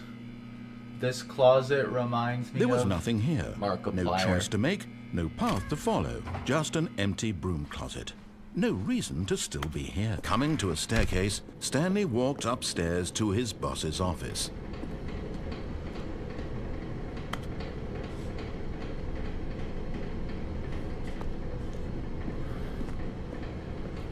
But Stanley just couldn't do it. He considered the possibility of facing his boss. Admitting he had left his post during work hours, he might be fired for that. And in such a competitive economy, why had he taken that risk? All because he believed everyone had vanished? His boss would think he was crazy. And then something occurred to Stanley. Maybe, he thought to himself, maybe I am crazy. All of my co-workers blinking mysteriously out of existence in a single moment for no reason at all? None of it made any logical sense. And as Stanley pondered this, he began to make other strange observations. For example, why couldn't he see his feet when he looked down? Why did doors close automatically behind him wherever he went? And for that matter, these rooms were starting to look pretty familiar. Were they simply repeating? No, Stanley said to himself, this is all too strange. This can't be real. And at last, he came to the conclusion that had been on the tip of his tongue. He just hadn't found the words for it. "I'm dreaming!" he yelled. "This is all a dream." Oh, what a relief Stanley felt to have finally found an answer, an explanation. His co-workers weren't actually gone. He wasn't going to lose his job. He wasn't crazy after all. And he thought to himself, I suppose I'll wake up soon. I'll have to go back to my boring real-life job pushing buttons. I may as well enjoy this while I'm still lucid. So, he imagined himself flying and began to gently float above the ground. Then he imagined himself soaring through space on a magical starfield, and it too appeared. It was so much fun, and Stanley marveled that he had still not woken up. How was he remaining so lucid? And then perhaps the strangest question of them all entered Stanley's head. One he was amazed he hadn't asked himself sooner. Why is there a voice in my head dictating everything that I'm doing and thinking? Now the voice was describing itself being considered by Stanley, who found it particularly strange. I'm dreaming about a voice describing me, thinking about how it's describing my thoughts, he thought. And while he thought it all very odd and wondered if this voice spoke to all people in their dreams, the truth was that, of course, this was not a dream. How could it be? Was Stanley simply deceiving himself, believing that if he's asleep, he doesn't have to take responsibility for himself? Stanley is as awake right now as he's ever been in his life. Now, hearing the voice speak these words was quite a shock to Stanley. After all, he knew for certain, beyond a doubt, that this was in fact a dream. Did the voice not see him float and make the magical stars just a moment ago? How else would the voice explain all that? This voice was a part of himself too. Surely, if he could just... He would prove it. He would prove that he was in control, that this was a dream. So he closed his eyes gently, and he invited himself to wake up. He felt the cool weight of the blanket on his skin, the press of the mattress on his back, Making me eepy. the fresh air of a world outside this one. Let me wake up, he thought to himself. Wake up. I'm through with this dream. I wish it to be over. Let me go back to my job. Let me continue pushing the buttons. Please, it's all I want. I want my apartment, and my wife, and my job. All I want is my life exactly the way it's always been. My life is normal. I am normal. Everything will be fine. I am okay. I am okay.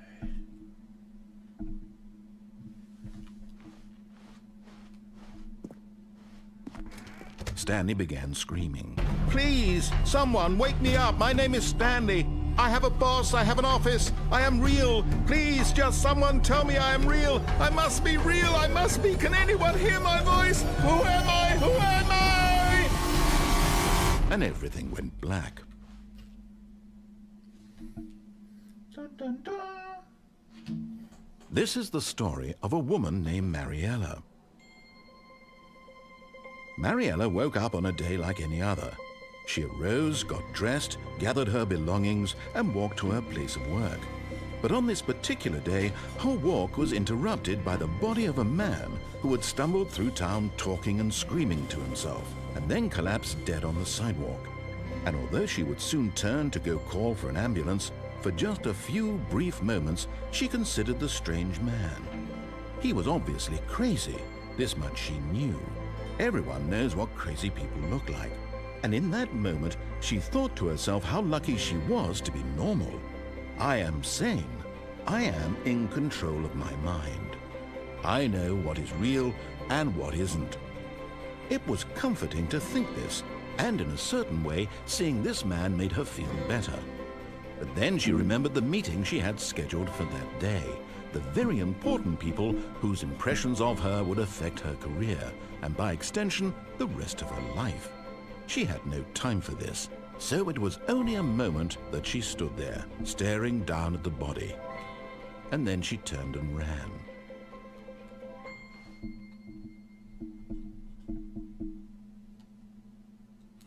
They couldn't afford a running animation, could they?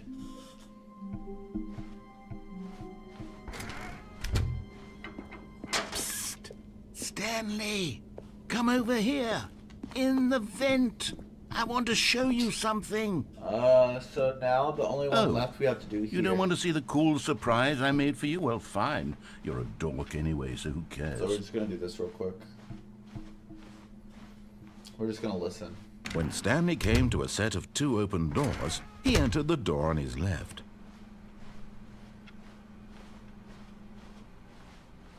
Yet there was not a single person here either. Feeling a wave of disbelief, Stanley decided to go up to his boss's. Coming to a staircase, Stanley walked upstairs to his boss's office.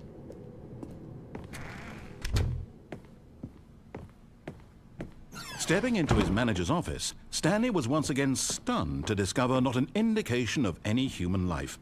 Shocked, unraveled, Stanley wondered in disbelief who orchestrated this. What dark secret was being held from him? What he could not have known was that the keypad behind the boss's desk guarded the terrible truth that his boss had been keeping from him. And so the boss had assigned it an extra secret PIN number, 2845. But of course, Stanley couldn't possibly have known this.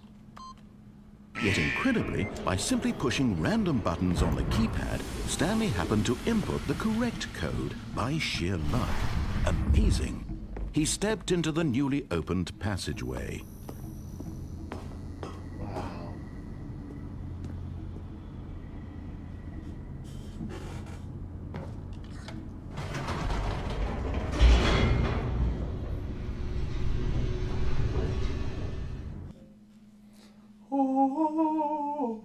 Descending deeper into the building, Stanley realized he felt a bit peculiar.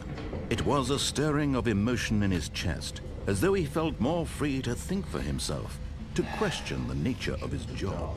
Why did he feel this now, when for years it had never occurred to him?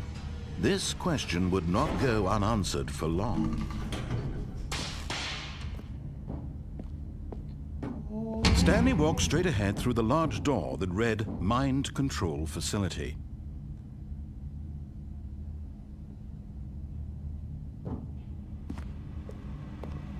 Although this but of course, Stanley thought better of it and realized he simply had to. Nope, still on board with death. All right.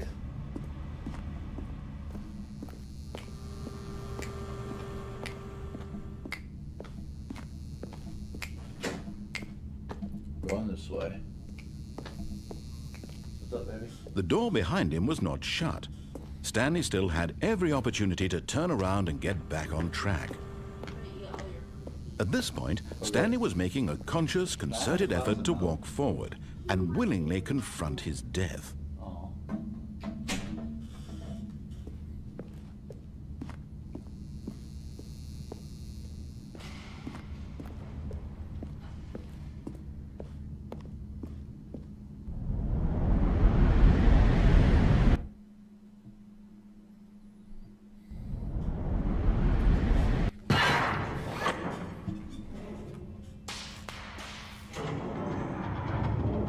As the machine whirred into motion and Stanley was inched closer and closer to his demise, he reflected that his life had been of no consequence whatsoever. Stanley can't see the bigger picture. He doesn't know the real story, trapped forever in his narrow vision of what this world is. Perhaps his death was of no great loss, like plucking the eyeballs from a blind man. And so he resigned and willingly accepted this violent end to his brief and shallow life.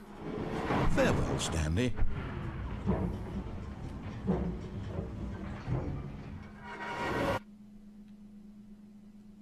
Farewell, Stanley, cried the narrator, as Stanley was led helplessly into the enormous metal jaws.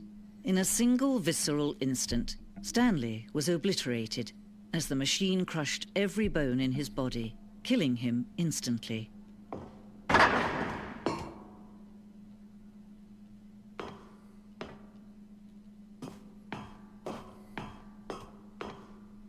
And yet it would be just a few minutes before Stanley would restart the game, back in his office, as alive as ever.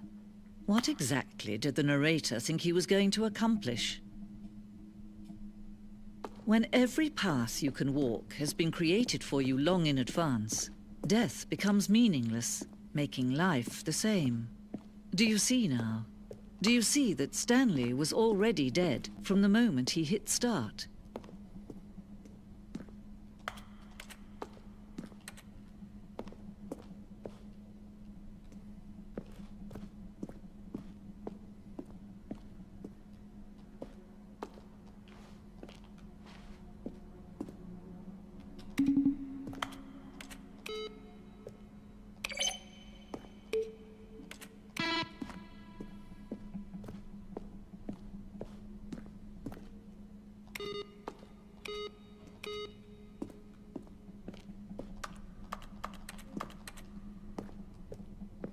Huh.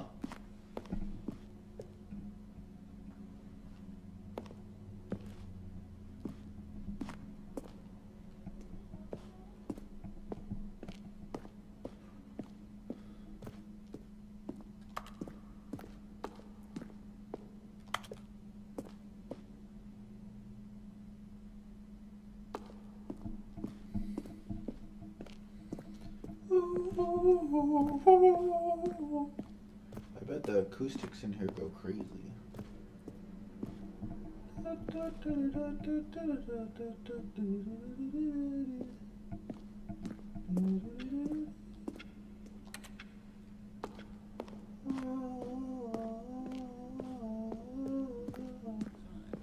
But of course, you being you, you'll probably spend the next hour trying to solve it. Here, I'm just going to make this easy on you. Shoot. Well, try the other one then. Stanley pushed the big red button.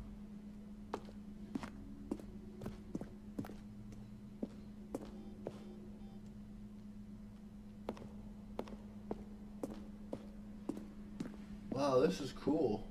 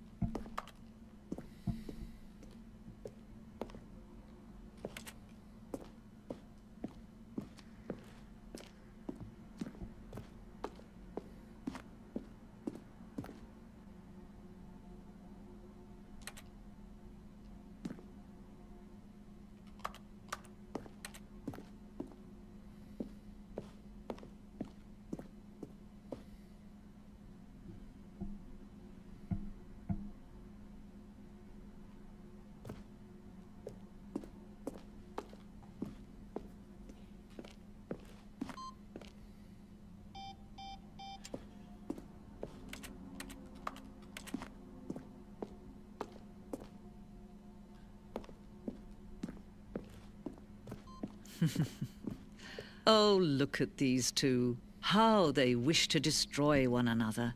How they wish to control one another. How they both wish to be free. Can you see? Can you see how much they need one another? No, perhaps not. Sometimes these things cannot be seen. But listen to me. You can still save these two. You can stop the program before they both fail. Turn off your PlayStation. There's no other way to beat this game. As long as you move forward, you'll be walking someone else's path. Stop now and it'll be your only true choice. Whatever you do, choose it. Don't let time choose for you. Don't let... Yo, Max, what's up?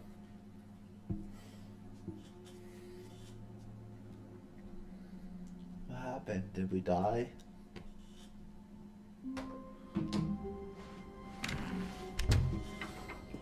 Alright, we got Stanley, one come more over here. choice Oh, that I know you of don't want to see the make. cool surprise I made for you? Well, fine. You're a dork anyway, so who cares? Then we go check out the cool design. So we just listen. When Stanley came to a set Left. of 2 open doors, he entered the door on his Left. left. Right. Left. Left. Yet there was not a single person here either. Feeling a wave of disbelief, Stanley decided to go up to his boss's office. Coming to a staircase, Stanley walked upstairs to his boss's office. To the right. To the left. And I think it's 2548. Stepping into his manager's office, Stanley was once again stunned to discover not an indication of any human life. What could it mean? Stanley wondered aloud to nobody. He began wildly tearing through papers on the boss's desk, pulling books off the shelf, looking behind paintings, desperate for clues to his situation. But his attention was caught by a keypad behind the boss's desk. What could its purpose be? In fact, this keypad guarded the terrible secret that lay buried below his feet. And so the boss had assigned it an extra secret PIN number, 2845. But of course, Stanley couldn't possibly have known this. Yet incredibly, by simply pushing random buttons on the keypad, Stanley happened to input the correct code by sheer luck. Amazing. He stepped into the newly opened passageway.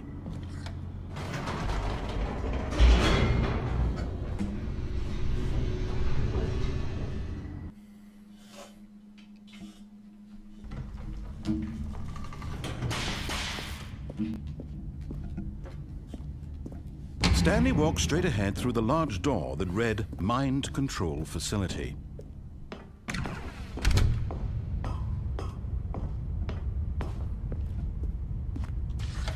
The lights rose on an enormous room packed with television screens. What horrible secret did this place hold? Stanley thought to himself. Did he have the strength to find out? Yes.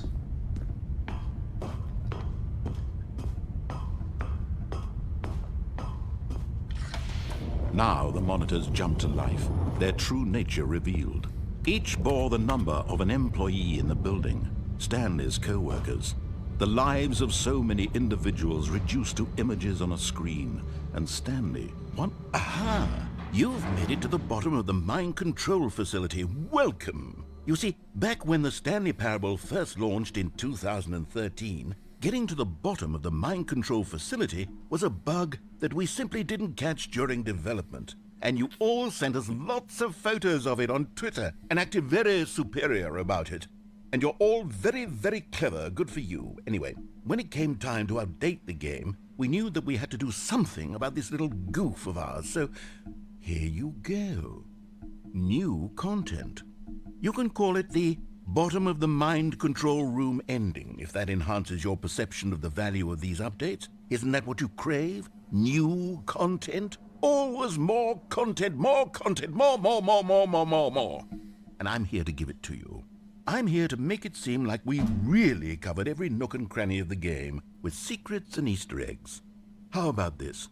We wrote a new piece of music just for this section. You won't hear it anywhere else in the game. It's a secret that's just for you. That's how special you are. Thank you. We call this track, Good Job You've Made It to the Bottom of the Mind Control Facility. Well done.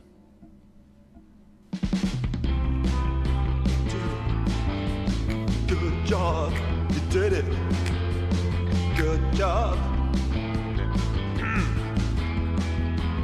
3, 2, 1. Good job, you made it to the bottom of the mind control facility. You jumped on the catwalk. You should have been careful. You should have been careful. It used to be a bug, but now it's an ending. Now it's an ending. I believe in you. I believe in your ability to cross this barrier and chase your dreams. But railings don't mean anything. Good job, you did it. Good job, you did it. Good job, you did it. Good job, you did it. Good job, you did it. Good job, you did it. Good job, you did it. Good job, you did it. Good job, you did it. Good job, you did it.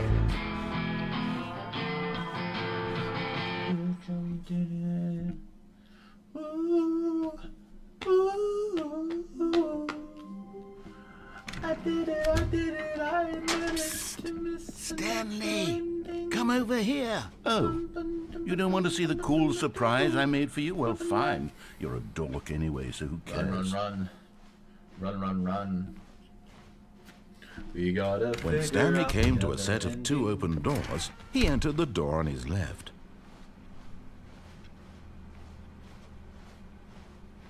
Yet there was not a single person here either. Feeling a wave of disbelief, Stanley decided to go up to his boss's office. Coming to a staircase, Stanley walked upstairs to his boss's office.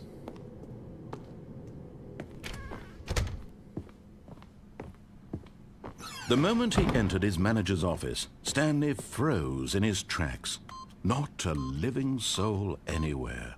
Stanley was in such a rush to get through the story as quickly as possible, he didn't even have a single minute to just let the narrator talk.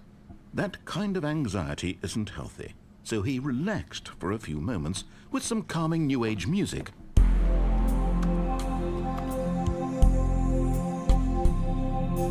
Then again, I'm waiting for the door to open. Feeling soothed and rejuvenated, Stanley calmly walked forward into the opened passageway.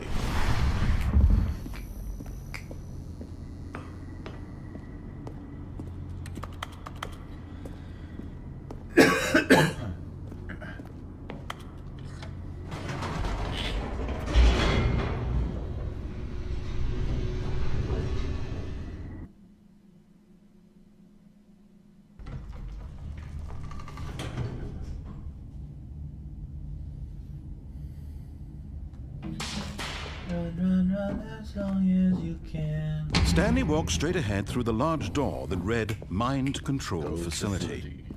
Mind Control Facility. Stanley pressed the big white button with a light on it. The lights rose on an enormous room packed with television screens. What horrible secret did this place hold? Stanley thought to himself. Did he have the strength to find out?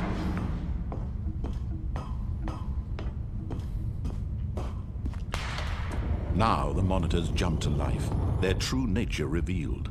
Each bore the number of an employee in the building, Stanley's co-workers. The lives of so many individuals reduced to images on a screen, and Stanley, one of them, eternally monitored in this place where freedom meant nothing. Where freedom meant nothing.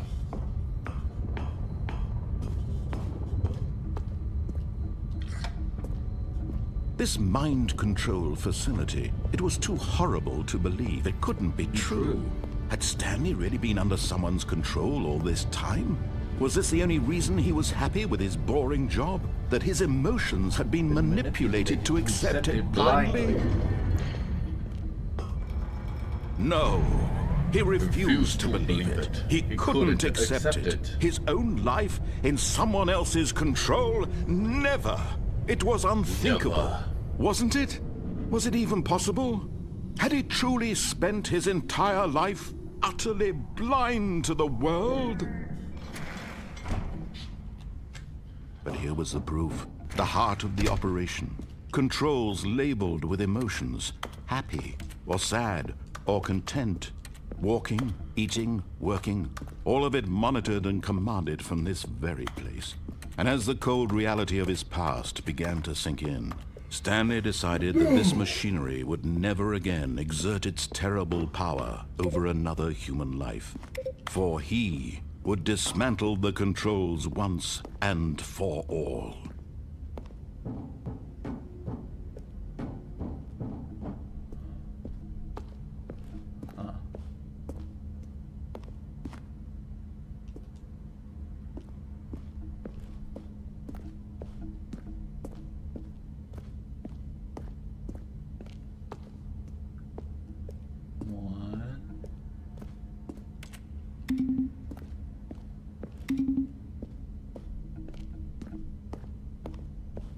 Two, three,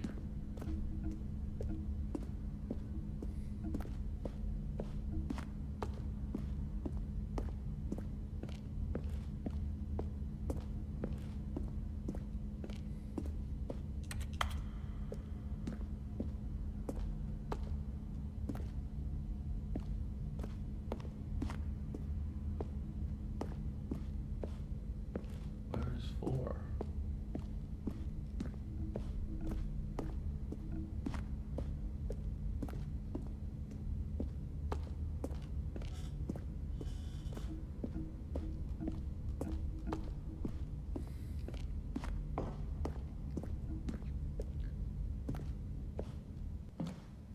Where's four? 2, 3.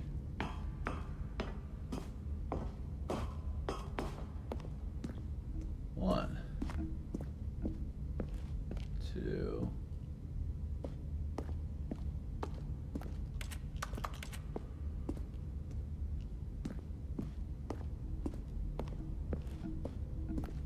three. There's 5.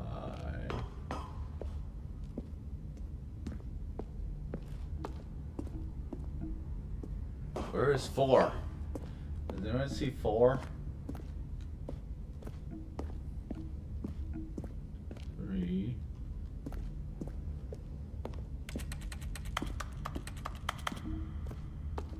One, 2, 3. Are you 4? I can't tell. You are 4. 4 is up there.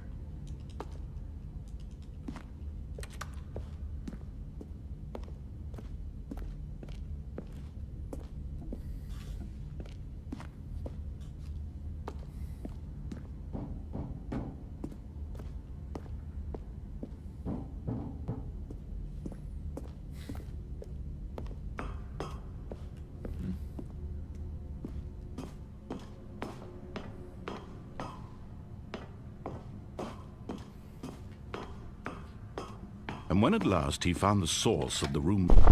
Oh, Stanley, you didn't just activate the controls, did you? After they kept you enslaved all these years, you go and you try to take control of the machine for yourself. Is that what you wanted? Control? Oh, Stanley, I applaud your effort, I really do. But you need to understand, there's only so much that machine can do. You were supposed to let it go, turn the controls off, and leave. If you want to throw my story off track, you're going to have to do much better than that. I'm afraid you don't have nearly the power you think you do. For example, and I believe you'll find this pertinent, Stanley suddenly realized he had just initiated the network's emergency detonation system. In the event that this machine is activated without proper DNA identification, nuclear detonators are said to explode, eliminating the entire complex. How long until detonation then? Let's say, 2 minutes. Ah, now this is making things a little more fun, isn't it, Stanley? It's your time to shine. You are the star. It's your story now. Shape it to your heart's desires. Oh, this is much better than what I had in mind. What a shame we have so little time left to enjoy it. Mere moments until the bomb goes off. But what precious moments each one of them is. More time to talk about you, about me, where we're going, what all this means. I barely know where to start.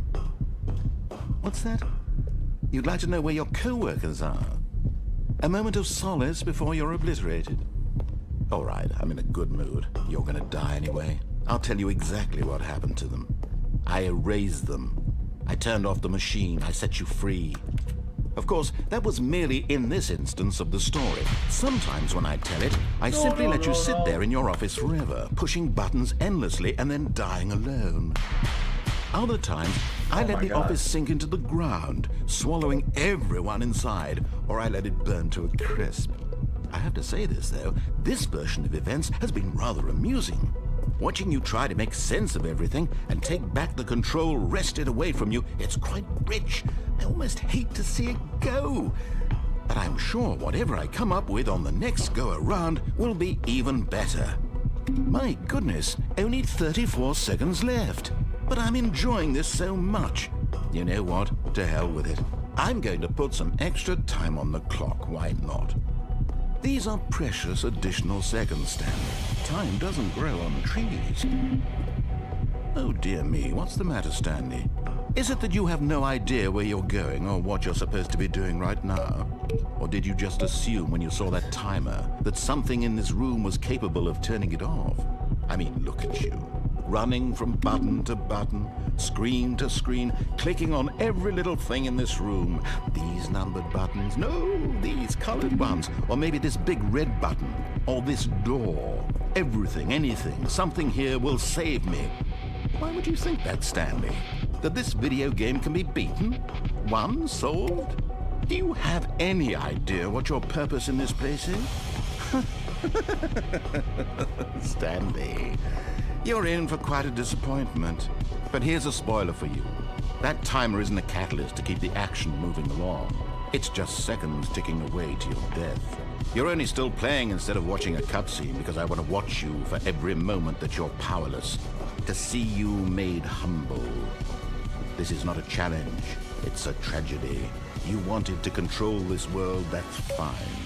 But I'm going to destroy it first, so you can't. Take a look at the clock, Stanley. That's 30 seconds you have left to struggle. 30 seconds until a big boom and then nothing. No ending here, just you being blown to pieces. Will you cling desperately to your frail life, or will you let it go peacefully? Another choice. Make it count, or don't. It's all the same to me, all a part of the joke. And believe me, I will be laughing at every second of your inevitable life from the moment we fade in until the moment I say, happily ever after. Fuck.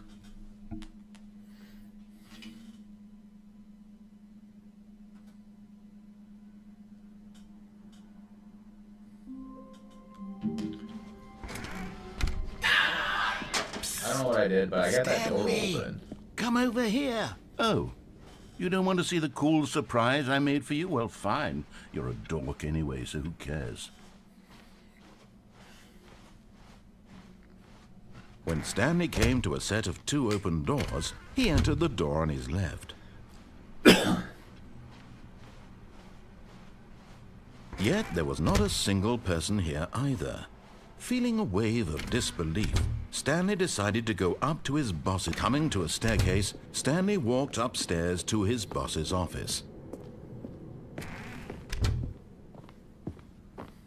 Okay, I think we all know the drill by now. Blah, blah, blah. Dark secrets, the keypad. Stanley pushes some buttons. Oh, hey, look, it's a new passageway. Quelle surprise.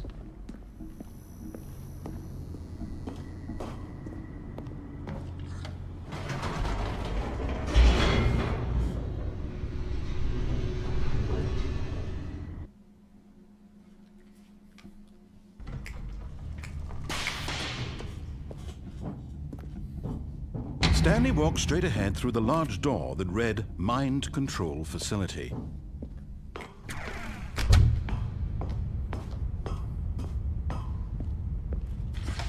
The lights rose on an enormous room packed with television screens. What horrible secret did this place hold? Stanley thought to himself. Did he have the strength to find out? Yes, he did.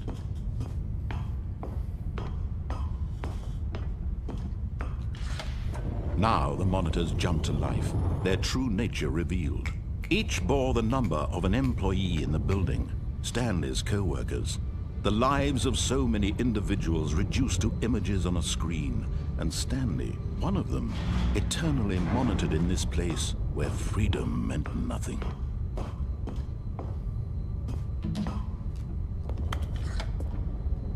This mind control facility, it was too horrible to believe. It couldn't be true.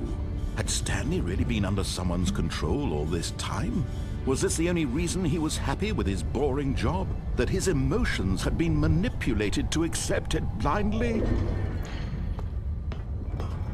No, he refused to believe it. He couldn't accept it. His own life in someone else's control? Never! It was unthinkable, wasn't it? Was it even possible? Had he truly spent his entire life utterly blind to the world?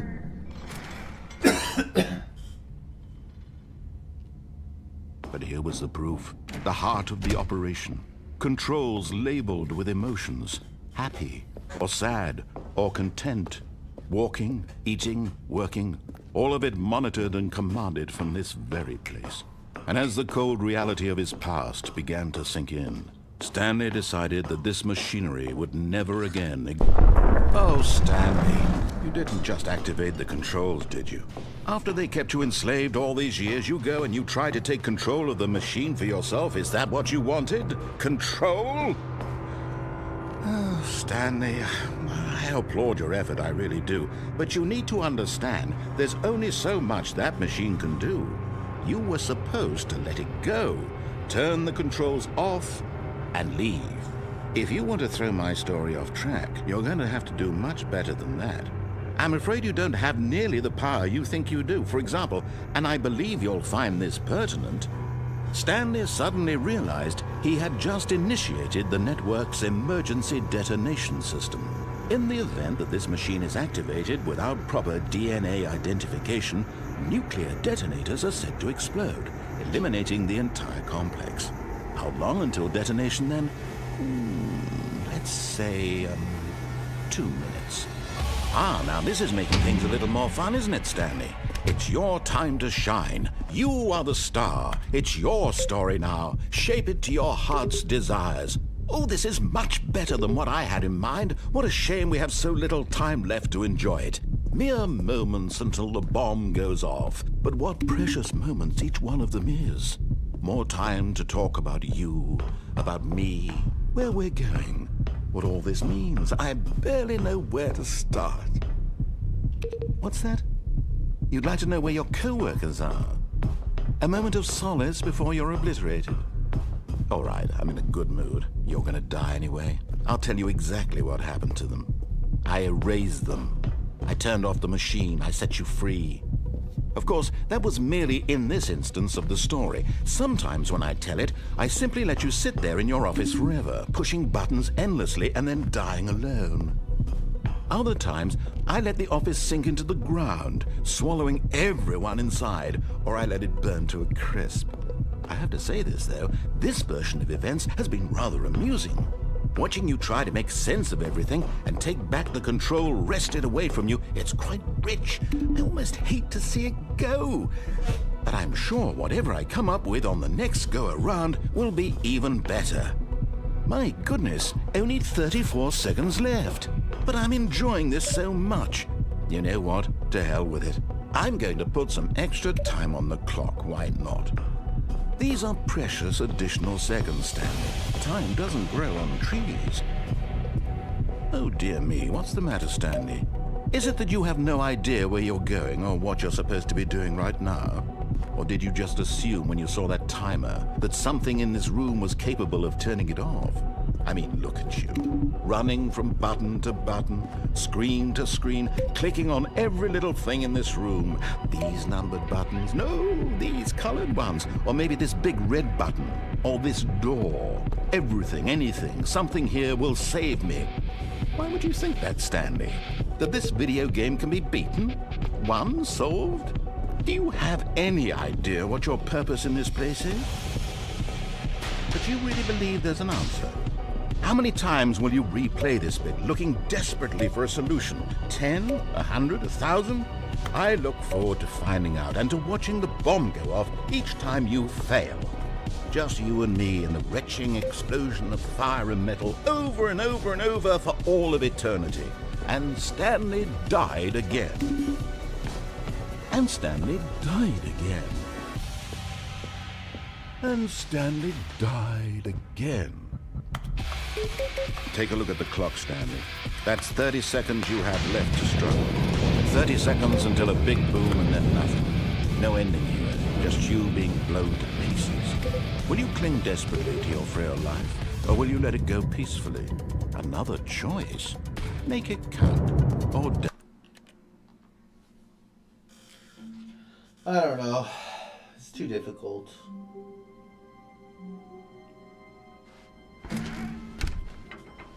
Psst! Stanley! Come over here! In the vent! I want to show you something!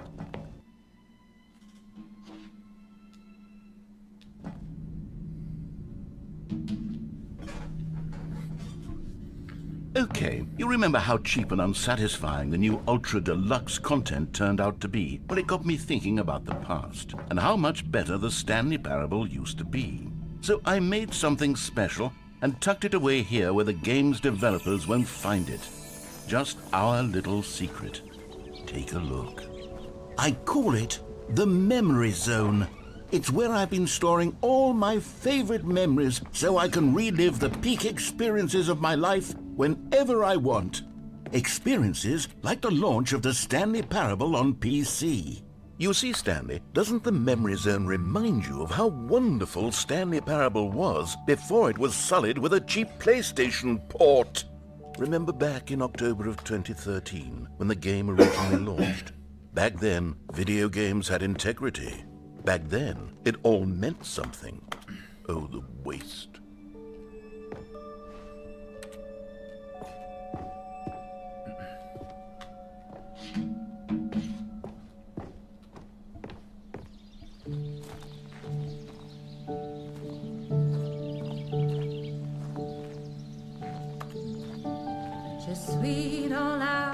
And over here is where I keep reviews of the Stanley Parable. Like this stunning triumph of games journalism, 10 out of 10 from Destructoid.com. James Stephanie Sterling writes, and I quote, "Where so many games that aspire to be more than games end up less than any form of art, Stanley Parable strives and then succeeds to be every game ever created." Did you hear that, Stanley? Every game ever created. That's how grand and all-encompassing the original Stanley Parable was. It was literally every game ever created. It was Skyrim, it was Persona 3, it was all of them, and now it's nothing. It's no games at all.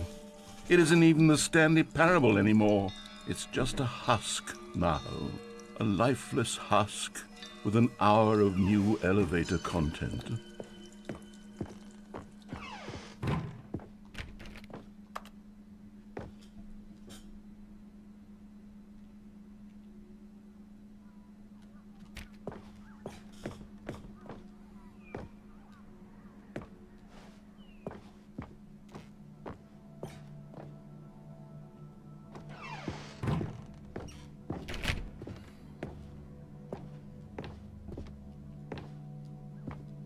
Here's another moving passage, this time from GameSpot.com. The Stanley Parable is both a richly stimulating commentary on the nature of choice in games, and one that offers some of the most enjoyable, surprising, and rewarding choices I've ever been confronted with in a game. 9 out of 10. Don't you get it, Stanley? The game was perfect. It didn't need anything else. It didn't need new content. All they had to do was transport it in pristine condition along to the PlayStation. Boom, done. And they couldn't even do that. Couldn't resist the urge to go meddling with a beloved franchise.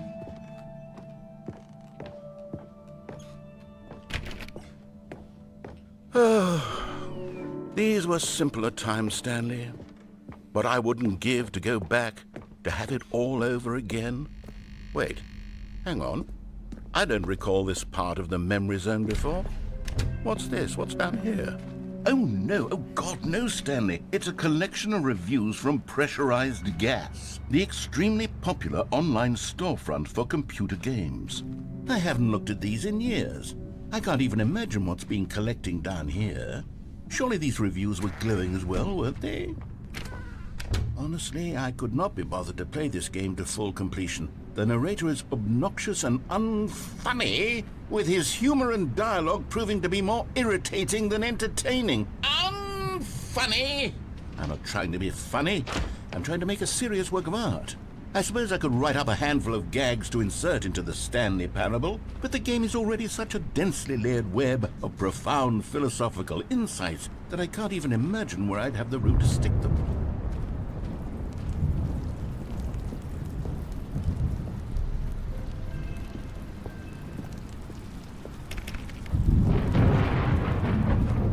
Okay, let's see what this one says. While the idea for the game is good, for someone who prefers non-linear games, this preachiness gets annoying fast. Preachy? Stanley? I'm not preachy, am I? You can tell me if I'm preachy. Honestly, you can. Oh, goodness. This is actually quite shocking for me. Well, to be honest, I had always thought of the game's dialogue as being rather terse to begin with. You can't know how much fluff I cut from the game to get it to feel as light and airy as it... Well, I always thought it did. But maybe it wasn't. Oh dear. What an awful memory to have to hold on to.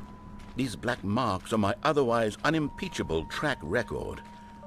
I feel like a failure. Like I let these people down. Perhaps the Stanley Parable isn't quite... What's this one got to say?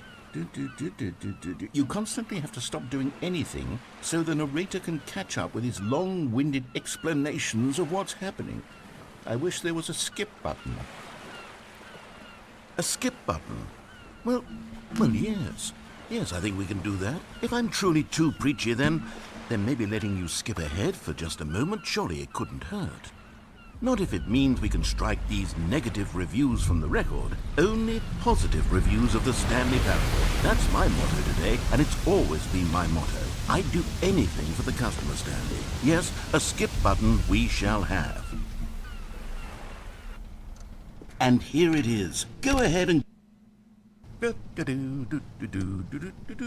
Oh, you're back, you see. You were only frozen in time for a few minutes, but it was plenty of time for me to deliver a long, rambling monologue full of unnecessary verbal flourishes and lengthy ruminations on the...